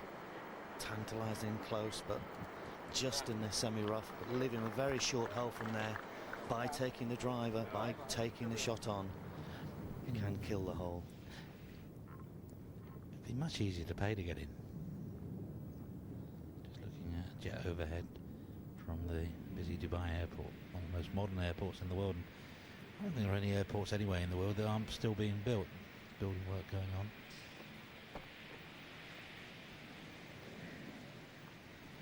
Beautifully holed by Paul. See how quick that was. It didn't need much of a stroke to set that one on its way. He'll be wondering what the Manchester United Liverpool score was now. Well, we had a complaint from London. I see somebody listening saying that we were biased against Manchester United in our commentary yesterday. I mean, I don't like them, but you do. I know you don't like them, Steve, but then again you're a Reading fan, so... I don't like anyone. We've actually been investigated, Reading, by the Inland Revenue. Apparently for the last 20 years we've been claiming for silver polish. Good round from Patrick Sherlin, 66. Paul Orridge, Aberdeen's season ticket holder. They picked up a little in recent weeks. Paul McGinley prefers his football of the Gaelic kind. Used to be a very good player before he got a knee injury and turned to golf. And Gaelic football's loss was definitely golf's gain. Arsenal fan. La Rouge. The Gunners. Gooners. So the ball's lying quite well. There's very, very little green to work with. And of course, from here, it's slightly downwind, slightly downhill, down grain, everything going against him here. This is why it's taking his time, trying to work out what the best option is. He's better off in the bunker than in the rough. Yes, he has any chance from here. He can hit it a little harder, maybe get a bit of spin, use plenty of loft, see how far left he's aiming here. Got the club face wide open. And it's so close to being very good indeed. I mean, that looks to the untrained eye like not a very good shot, but just one more hop One more hop and that would have been right down by the hole side. Of course, he's now got a very fast putt left.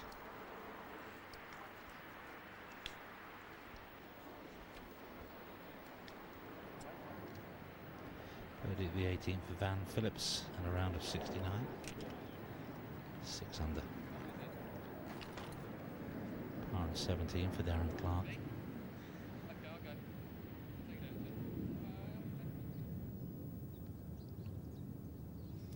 It's the 18th hole, obviously giving up a little bit more than yesterday.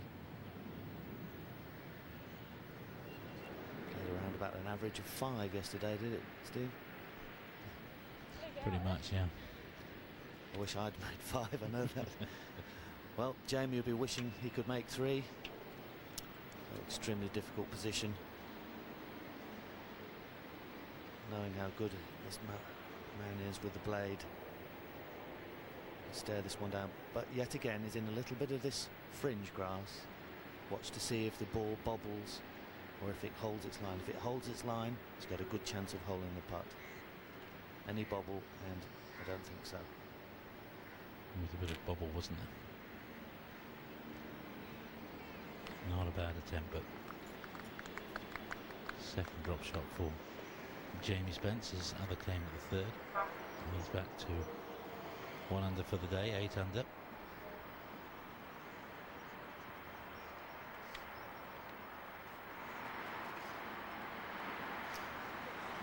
There's Lee, tantalising near the front bunker. You see he didn't just chip at that, he hit that quite solid. It's about a wedge or a sand wedge, but he's got a bit of a flyer from that semi-rough, and I think he'll be wishing he was just 2 foot to the right in the fairway.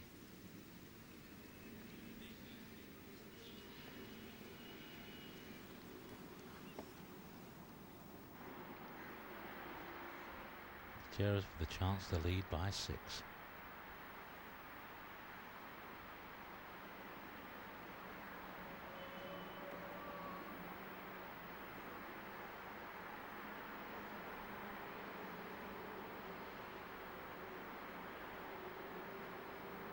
That's a good line.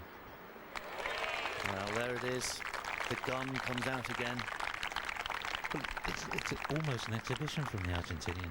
There he is, leading now by 6 shots, and it's almost getting to the stage, although there's a round to go, it's only his own demons that might deny him this, because he is playing so well, and he always looks like he's going to pick shots, and if he sets his target to shoot, I don't know, 69, 70 tomorrow, it's going to take some catching.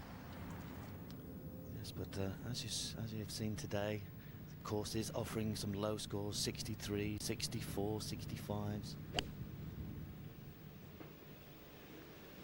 Darren Clark coming into the 18th, and that's a magnificent shot from Darren.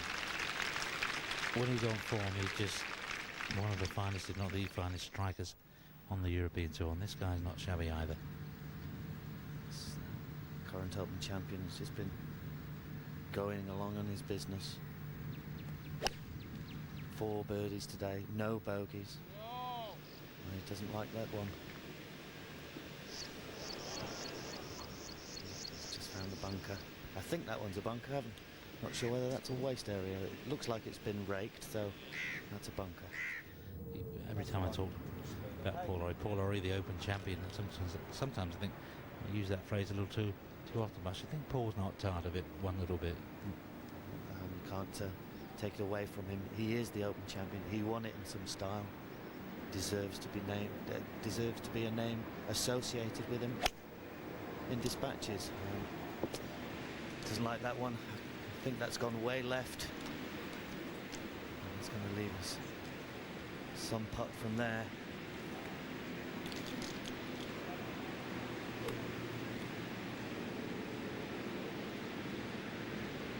Rather disconsolate coming off that tee. A new tee. We haven't used this tee before. And first time this week as well. So unfortunately the tee's been in the trees a little bit, and it doesn't have a lot of grass on it, and it's a little bit sandier than the others. I mean, if I'm probably being critical because the course is in such perfect condition. Just a minor nitpick. Maybe to have perfection you need chaos. into my commentary box. It's a shot you've probably seen Tiger Woods playing a lot of. 3-wood or a 4-wood. From a little bit of fringe grass. Just pop it forward. Nudge it down the hill. Drifting round now. How good is that? How good is that? So when the press say to him, said, what did you do for your 4 on the 17th? He said, well, I had a driver, then a wedge, then a 3-wood. And hold a putt. Goes down as a save, as a up and down. Surprised he didn't tap it in with his 3-wood anyway. The scramble factor, as they call it in the States.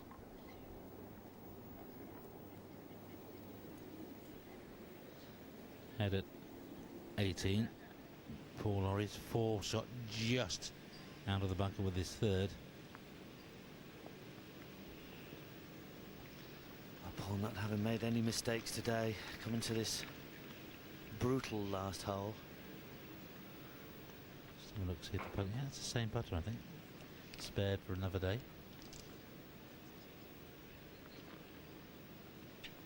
See on his hat there, Chippy. Called Chippy because he is quite masterful at up and down. Now into the stretch for Caceres. 427 yards, par 4.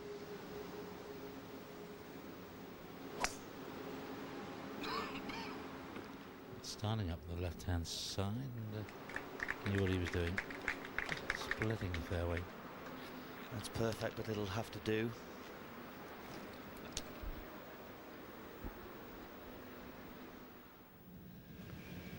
Darren left with a very fast putt down here. He's had 1 or 2 of those, and they were just maybe got the wrong side of the hole, and he's got a beautiful touch. But he hasn't made too many today. Next, this one, and he's into a share of 6th place, and he don't be 2 off 2nd. So it's a terrific performance with all that's gone on in the last week.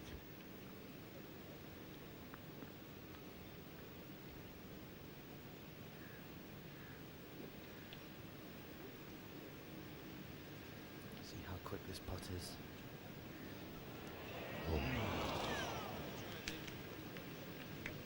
Cellophane bridge over the edge of that hole.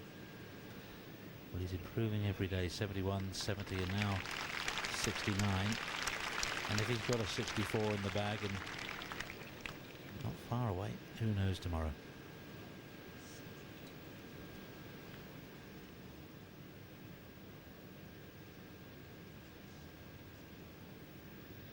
Straight in for a large Cohiba. He may want to go to the range. I mean, this time last year, he was straight to the range, and it was all a little doom and gloom, and he was trying to work his way through it, and did, of course, in the end.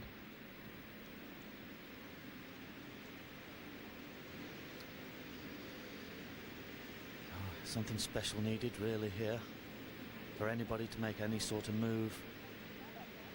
That's special. It's very, very good. All sorts of skills we're seeing, short game skills, the long putts, the holding out. Terrific, a wonderful display really from the European Tour's finest and invited guests.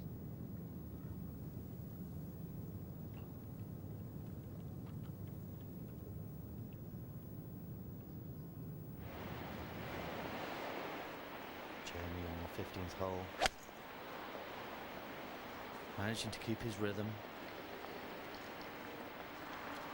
The first person I've seen pass the hole. Just leave a very, very quick putt back down, but at last we see somebody pass the hole. That's the 18th tee, creek on the left, water on the right. Got a reasonably generous landing area. Nest of 3 bunkers up the right hand side as well. There's all the elements on this hole. Earth, water, fire. Looks like a good swing there from Lee. Plenty of commitment on that swing. And there it is, is right down the middle of the fairway.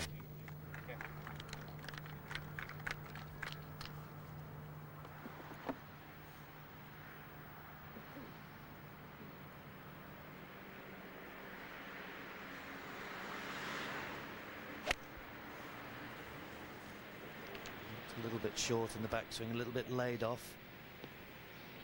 But the hands have brought it back in. And that's a magnificent shot from Jose. His caddy seems to be just pulling the plug, and here's a club, just hit it, Jose. Just it's making it look so easy. It's hard to believe how well he's playing, because he's in danger of lapping the field. There's Paul Lawrie, finishing with his only bogey of a round of 69. 69 also a moment or two ago for David Park, who finished 3-3. Park at 5 under, Lawrie 6 under. But Caceres is producing a storming display. Russell Clayton has been leading in the clubhouse for a long time and hasn't been caught by anybody else finishing. Lee Westwood might go past him if he makes a birdie at 18. But Caceres by 6. Now, he has got a reputation really of getting a little fidgety, a little nervous when the pressure's on, but he doesn't look under pressure at the moment. He seems to be in charge of his own destiny at the moment. His putter is sort of flowing freely. His arm swing is very free. He plays very much from the soul. His hands working hard. Alistair Forsyth, your pick for Rookie of the Year, 6 under. Drop shot on 14th. Oh, we'll go back to 70.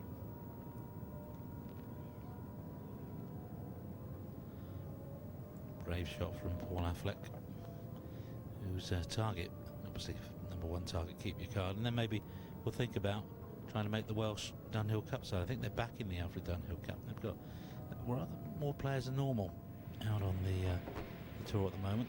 A lot of competition really with Phil Price, Ian Woosnam, David Park, Mark Moulin if he gets an invite or two, Bradley Dredge and Paul Affleck. And of course, all 6 of them made the cut in Portugal last It's a week. record. I mean, I think they've got hopefully rather more good golfers than their rugby players. That's on the agenda for this evening, the England-Wales. Shall we find a bar and watch that somewhere? I think you'll find too many bars. I think maybe in the hotel you might find somewhere to watch it. Won't be able to buy any Saudi Arabian Merlot around here. Jamie Spence likes his wine. It's listed in the current media guide. Interest Arsenal FC, horse racing and fine wine. 2 out of 3 isn't too bad, I suppose.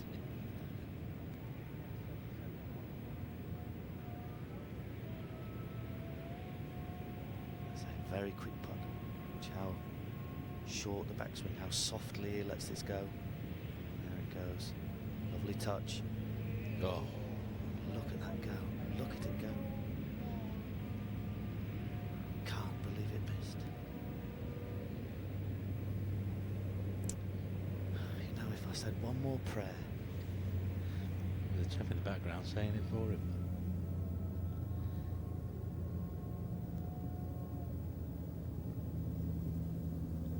There weren't many boats out yesterday.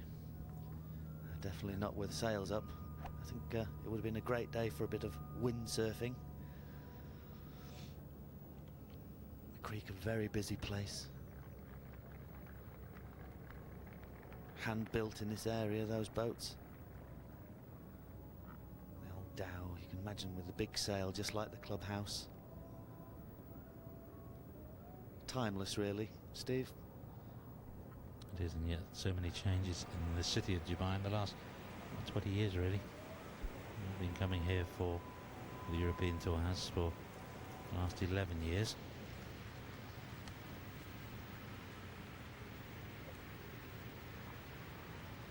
Oh, can he do it again? Oh, he's just unbeatable at the moment. 7 he leads by. And The only problem, if he keeps this up, the only problem you have tomorrow is the game plan. Does he keep playing the way he is, or does he try and make just pars and let them chase him? That's all to come.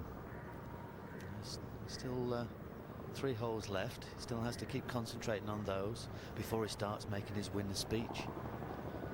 I'd like to thank Dubal. I'd like to thank... Keep those out of your mind. Lee looks like he's starting to swing the club really well again. He's got it on plane. Maybe just a misjudgment of club there. Yeah, that putt for a 67.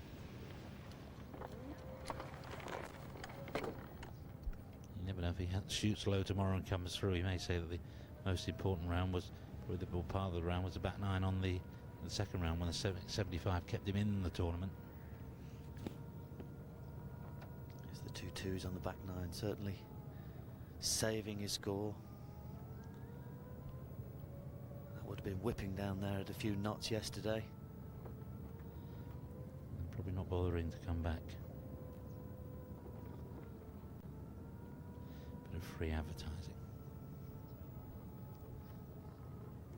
Maybe that's a floating hole in the wall.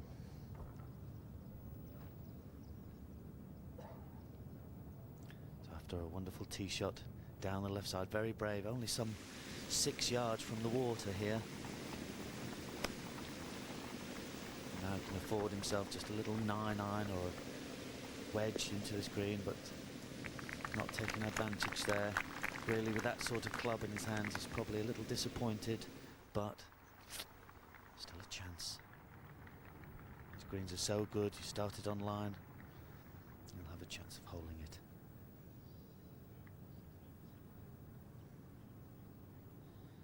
And so the leaders, or the last 2, have made their way to the new 16th tee.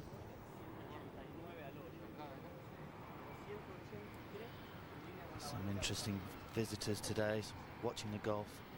Managed to say hello to an old friend of mine, Prince Qais Al Said, the Prince of Oman, who was watching the golf today. I think he entertained some of the golf equipment representatives the other night. Is he the prince that has the cougars in the garden?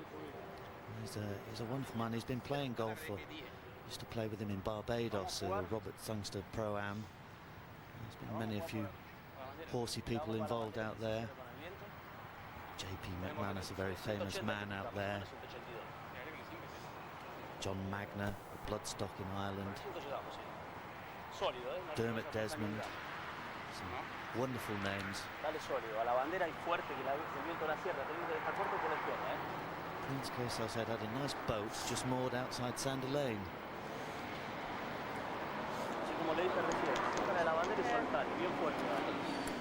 Lots of discussion over this pin.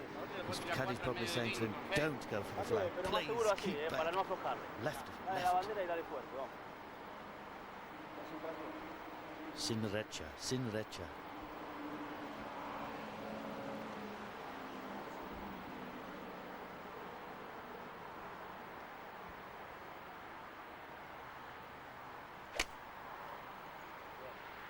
Good rhythm from Jose. And there it is. Very safe. Best place to hit it. Give himself an uphill, slightly left or up putt. I think his caddy's quite happy with that. Look. Caddy might be happier than Jose is. Just a bit. Maybe Jose in the mood he's in thought, well, I can take this hole on, but the caddy was probably right. So this is when it's time for you to... The caddy gives you the right club, gives you the right advice. Is your 15th club in your bag? Listen to him or her. Driving accuracy doesn't actually count on this hole. It's a par 3, but nice chance to slip it in. And distance. It's 11 and 12 are the 2 measuring holes. They run in opposite directions to take an average of the 2. Straight across. Yeah. It's not helping. Janet, his caddy, affirming that the wind's coming out to the right. Very difficult with that pin some 5 yards out of the right hand side. Stay there. Stay there. If the wind doesn't hit it, it could be very good. And it's an excellent shot. That's from a position where Lee West would hold.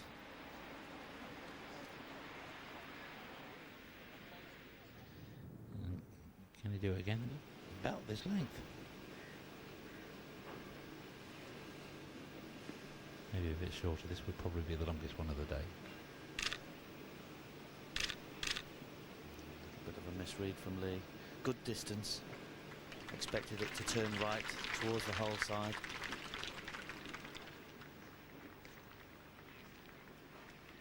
Still, his bad round yesterday. Just a little bit of right to left in this one. He's judged it quite well. Some 2-3 inches to the right. Holding on really, Paul. He's not really attacking the pins. Just seems to be a couple of putts here, another par, another hole over with. For a round of 68.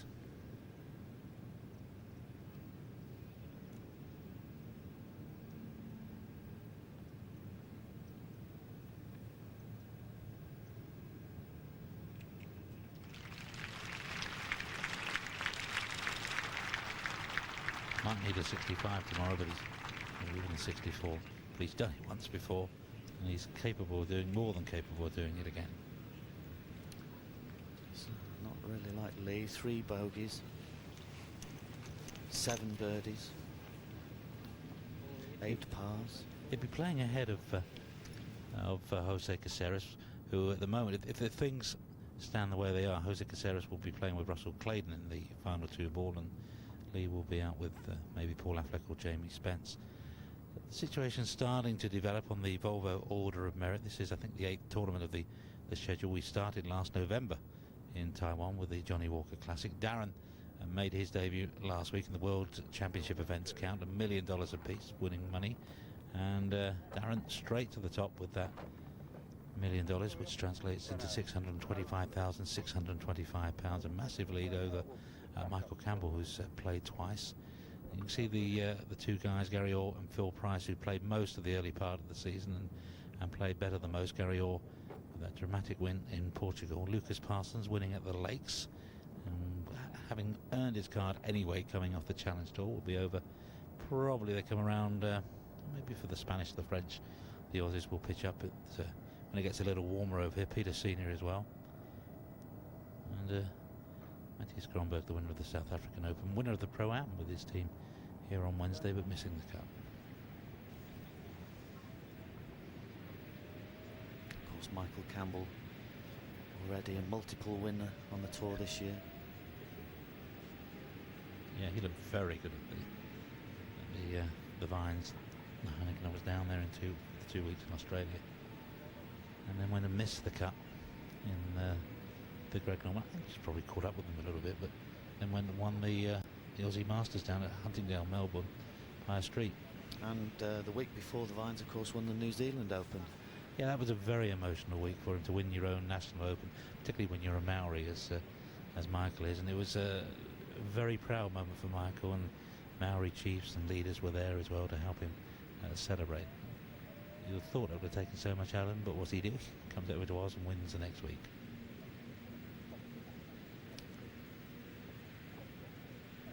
This man looks like he's got a win in him. A little bit of work needed there. Maybe a little chink in the armour. First time he's not really gone at the hole. Played a little conservatively.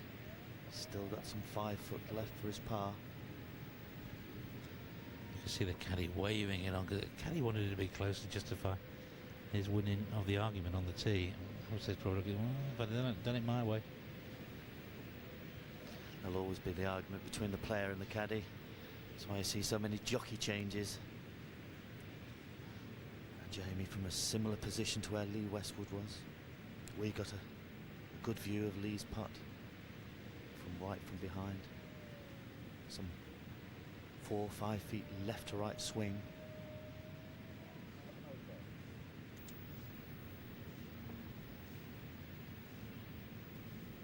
Slightly uphill, grain left to right.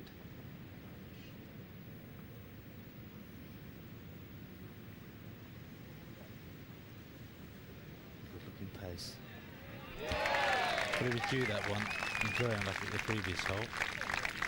And that gets him to 9 under. And at the moment, perhaps a round with Lee Westwood tomorrow. So 2 bogeys from Jamie today. A few birdies. Jamie putts so beautifully, probably expects to hole more than he actually does. But not really a crisis time, but for our leader, still 7 in the lead. It's just a matter of sliding another one of those 4 or 5 footers in.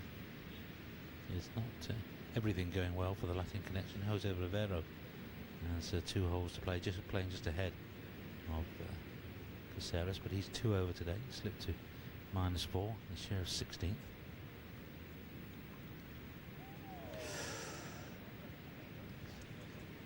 Well, not too damaging. Lead cut to 6 now. Just smarts a little. If you'd missed the green and you chipped and missed your putt, doesn't really feel that bad. 3 putts, right? That little 3 putt down in your stats card doesn't feel nice. Paul Affleck on the 18th, very important tee shot. This must find the fairway. Has done. Sets up the hole. Al Garood Bridge in the background there. It's the sun in the distance. Your eyesight's got a lot better than Better than it used to be, yeah. Caceres, his lead trimmed to a mere 6. Lee Westwood in the clubhouse alongside Russell Clayton. Jamie Spence also at 9 under. Paul McGinley not out of it. Neither Patrick Sholand, who can shoot low if the mood takes him. And Darren Clark. Well, if he starts well, who knows? It's a quality leaderboard. But it will be in the hands of Jose Caceres if, for example, he pars the last 2 and leads by 6 going into the last round. It's a healthy lead. So Paul McGinley on the 18th. He's 2 under for the day. 7 under total. This is for par, sorry, yeah. Quite a tricky putt. Drifts to the right. Good touch from Paul. Very good putter, Paul. Strong little player.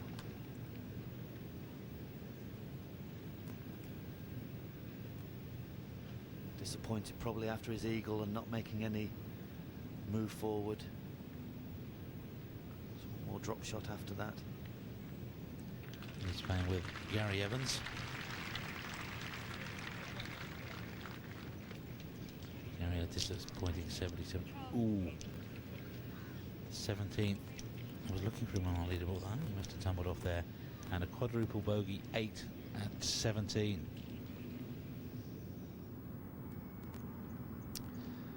It just shows you, Steve, it's not all over till you play these last few in the stretch.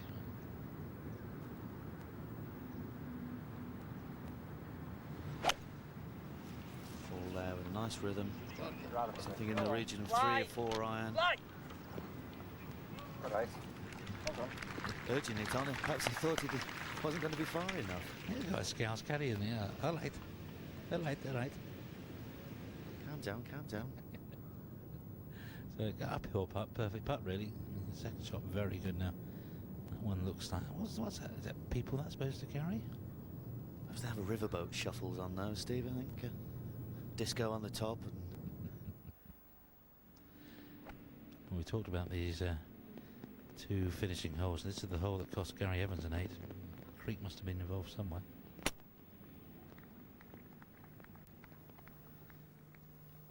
Jamie after a lovely 2.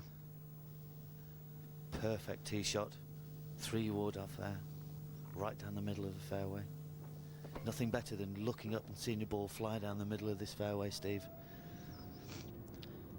And did you? I did, yes. 40 birdies.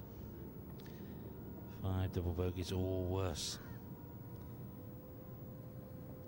Of course, the more wind there is, the harder the hole becomes, and it's again, I think the breeze has dropped a little. It's been a relatively calm afternoon.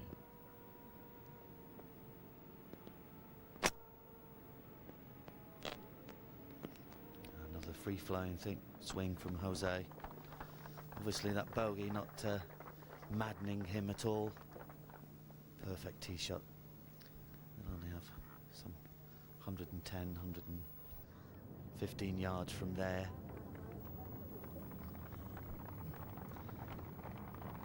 There's the World Trade Building. If you go a little beyond that, you've got the Arabian Tower, which is the new hotel that comes out of the sea. The suites, apparently, it is just sensational. About 600 quid a night. I'm sure you could get that on your expenses, Steve. I could claim for it, whether I'd get it.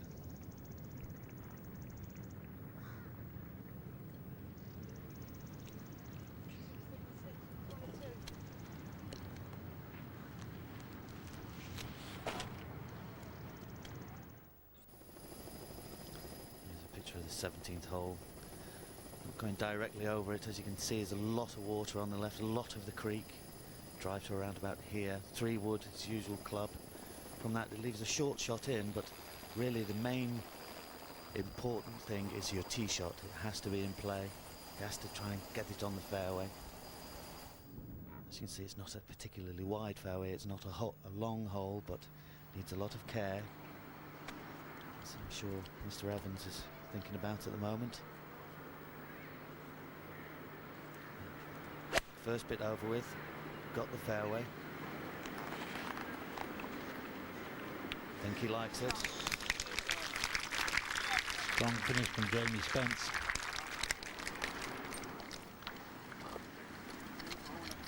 A David Park-esque finish now would give him a good strong position, maybe. A little chink in the armour from Jose.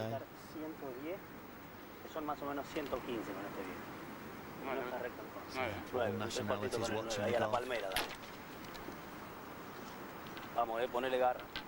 It is the centre of the Middle East. We talked about the airport. And it's the home of Emirates, but all the other major carriers call it Dubai.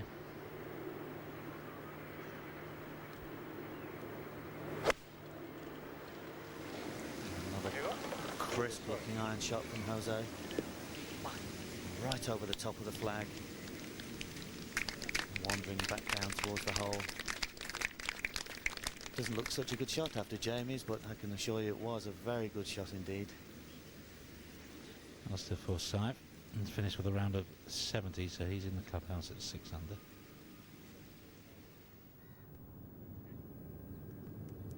Another Scotsman, Stephen Gallagher, with a 68. It's not a full backswing from Jose Caceres, isn't he? Stays down on the ball nicely. It doesn't really make a huge shoulder turn. Has a very, very lively hand action. Obviously his timing is on this week, but it helps if the blade's working as well. He's a man who wants his blade to work. This for a 69. Good pace. Still a 17. He's any chance is no harm. I mean, the win would be magnificent for Paul, but realistically, anywhere in the top 5 would be a huge week for him. Yes. Paul benefiting from the eye surgery he had earlier this year.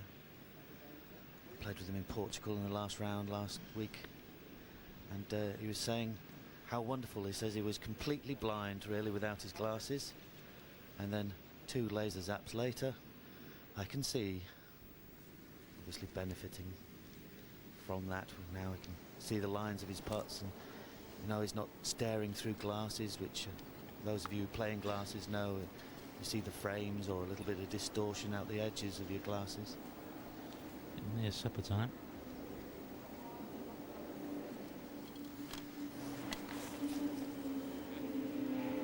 Looking for that baby hammer. None left.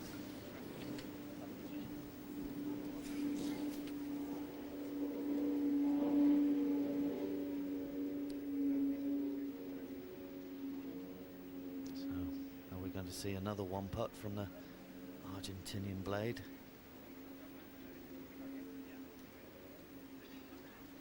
And the Tango men going back. A bit distracting out there as well. I think Lee Westwood yesterday had to walk away from a shot. Sound of the powerboat going down the creek.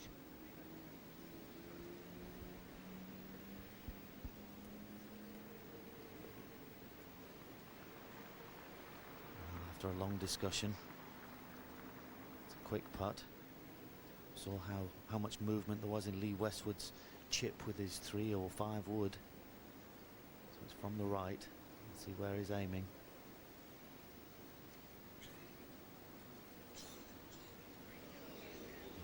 Just not quite enough. Good speed. Wasn't bolting it at the hole. Leave himself no pressure for the par. Probably be a little bit disappointed really after 3 putting the last and then not holding a good chance there. And there is the opportunity for Jamie Spence to narrow his own gap between Caceres and himself by 3 in 2 holes if he can make his birdie here at 17. Actually going to finish a little ahead of schedule. We're due to come off there at 5 o'clock. Oh, beautiful, beautiful 3. It's just at the right time for Jamie. The only other man in double figures now.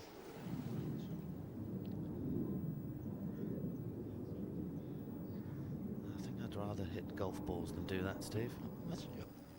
Depends how you hit them. 18, 430 yards. Creek on the left, bunkers and water on the right.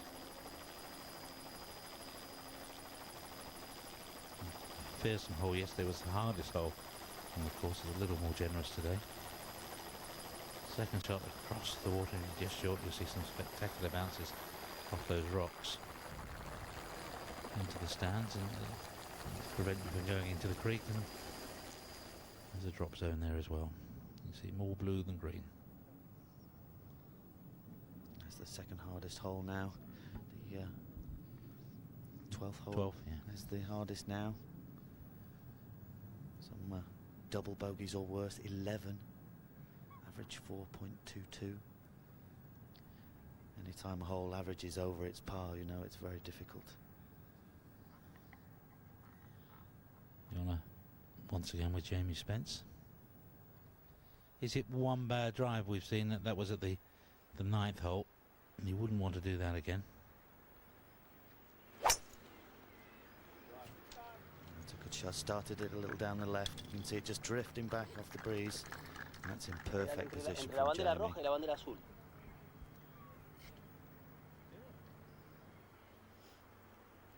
Entre la roja y la azul, Soltate acá, Jose, he doesn't hang around. Pops the ball down. Sí, sí. Couple of wiggles with the wrist and then off you go. Concentración, Concentration. Mucho concentración.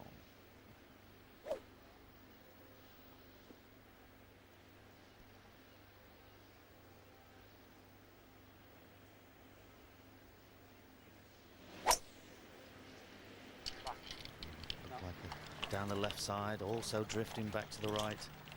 Just overdone it a bit. It's dry. I suppose that helps. It depends on the lie. He may, if the lie's not good, he may have to lay up and take the chance that the last thing he wants is a 6 or a 7 on this hole, having more or less got the job done.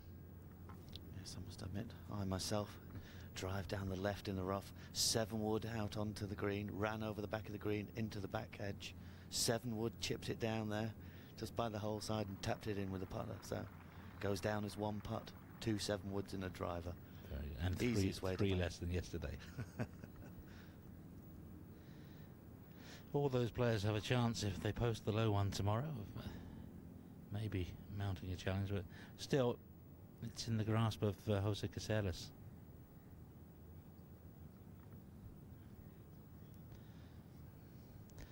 It hasn't been a good day for everybody. Peter Downey, the home pro, an 80, and here's the touring pro from the creek. Only the one birdie he's won over so far. This for a level par 72 then. And unlike Thomas to leave putts short, I know his coach, Leif Nystrom, is here. Been coaching the first 2 days and actually commentating today for Danish TV. These pictures going all around the world. You can see the disappointment on Thomas's face. Always difficult when it's your home course to really shine through. That extra bit of pressure. Yeah, because he's just coming back from the neck injury, which is quite a regular occurrence, probably once every 2 years or so. Seems to have a spell, so maybe not quite back at his best.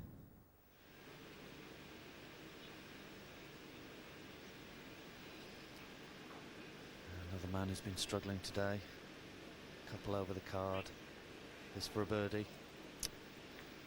Jose only managing one birdie today. A round of 74, 2 over. You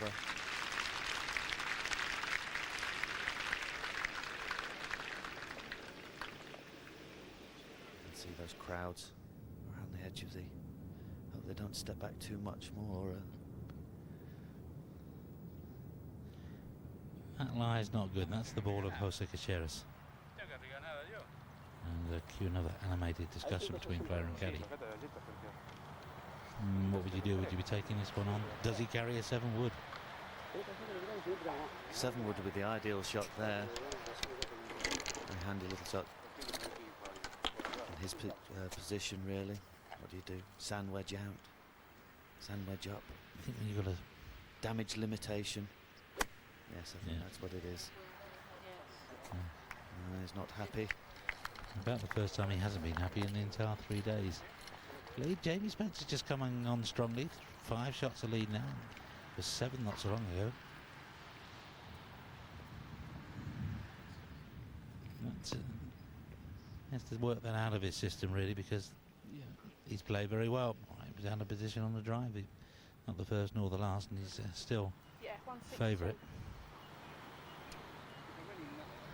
But Jamie Spence, it's conceivable. Jamie makes birdie. Yeah. Jose makes bogey. You're right with that. The lead is 3. Can't keep it low. Yeah. It's again these last holes offering some sort of interest.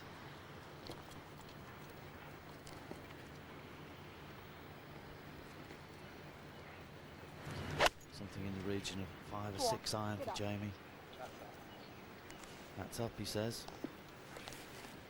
Definitely is up. It's leaving a tricky shot from there. Anything past any of these flags, Steve, is lives a little difficult shot. Well, maybe a chance for Caceres, the pitch and the putt. Who knows? It's currently 4 under par, leading by 5, and at the moment there's every chance he'll be out. Same time, same place tomorrow. In the final 2 ball with Jamie Spence. Which would mean that Russell Clayton would play with Lee Westwood.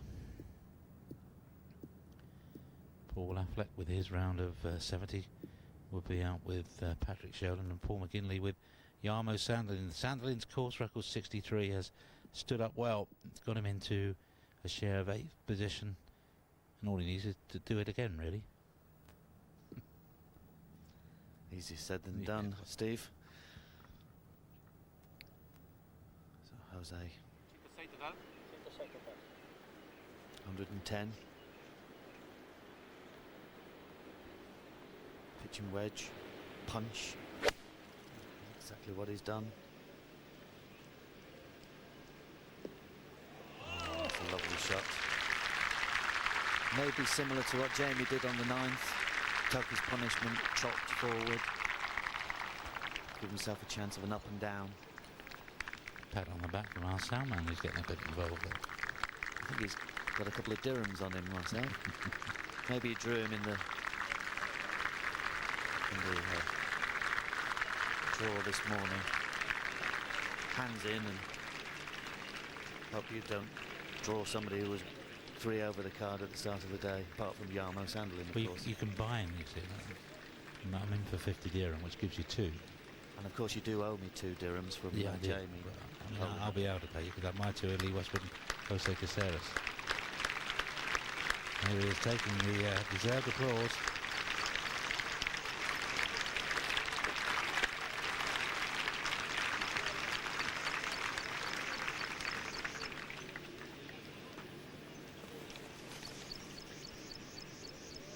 Nice spot to watch the golf from.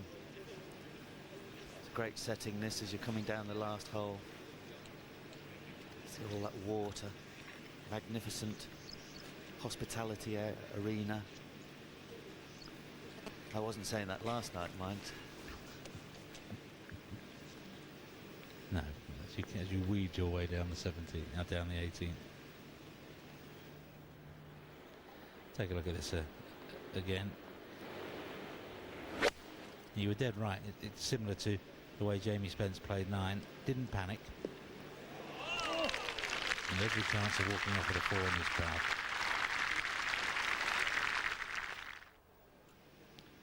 And Jamie's left with his very tricky shot. I see him trying to work it out. Lots of loft on the club. Maybe just drop it on the edge of the green. That's what he's done. It's quite quick from there. There's the marker of Jose Caceres, and it will be Caceres to putt first.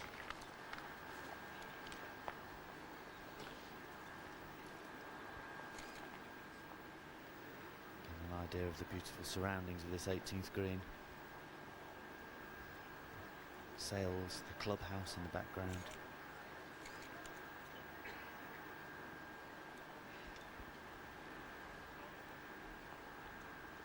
Great place to come for your holiday, Steve, I would have said. Wonderful beaches, great hotels, food's excellent. You get time to take a holiday. See, life is a holiday, isn't it?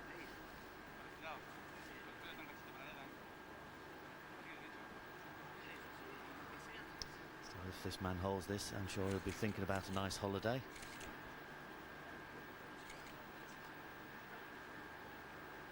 Pretty straightforward putt from here.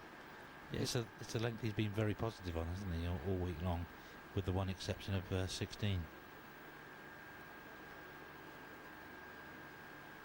A little bit right to left. And out comes the finger. And it's been loaded again.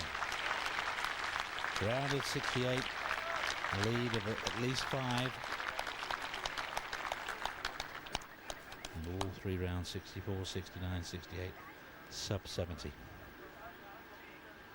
I think really a testament. 68 today, very good score. But the 69 yesterday was truly set up his 5-shot minimum lead here. Yeah, the low round of the day was a couple of 67s, one of them for this man Jamie Spence, who, if he knocks this one in, will have finished very strongly 2-3-4 for a round of 69.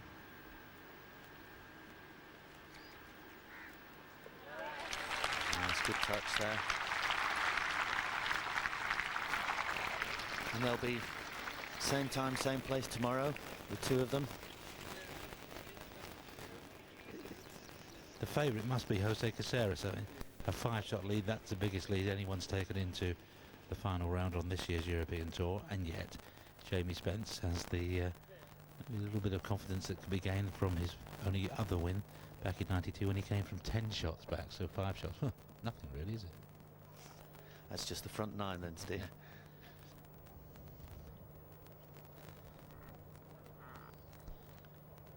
So, where would your money be now? I mean, Jose is he is a nervy character, but there's so many positives for him. He's played so well these 3 rounds, and if he shoots, well, let's say he shoots 70 tomorrow, which would be his worst round of the week. How can anybody get past him? I mean, to catch him, Jamie would have to shoot a 65, and the others, Lee Westwood, Russell Clayton, 64 is possible, I suppose. But if he shoots another 68, I don't think anybody can catch him. And he might just get away with a 75 and still win it. So there are lots of options for Jose. Much will depend on the conditions. I'm told it's going to be reasonably calm again tomorrow. I think you said it right earlier, Steve. It's a battle against himself. That's the he's only got himself to lose the tournament, really. He's got it in a grasp now. A 5-shot lead. It is a good, comfortable lead by any standards. But, as we've seen, 63s, 64s, if they can come from sort of anybody in the top 10, it can cause a lot of trouble. Well, Westwood and Claydon today have already had their 64s. Lee Westwood on day one. I think Paul Affleck will be happy to plod along, really, get the putter, keep the putter going, and anywhere in the top 5 would be a terrific result. Paul McGinley, yeah, it's going to need the low one as well. There's Jarmo Sanderlin, who produced the 63 today, which is a new course record.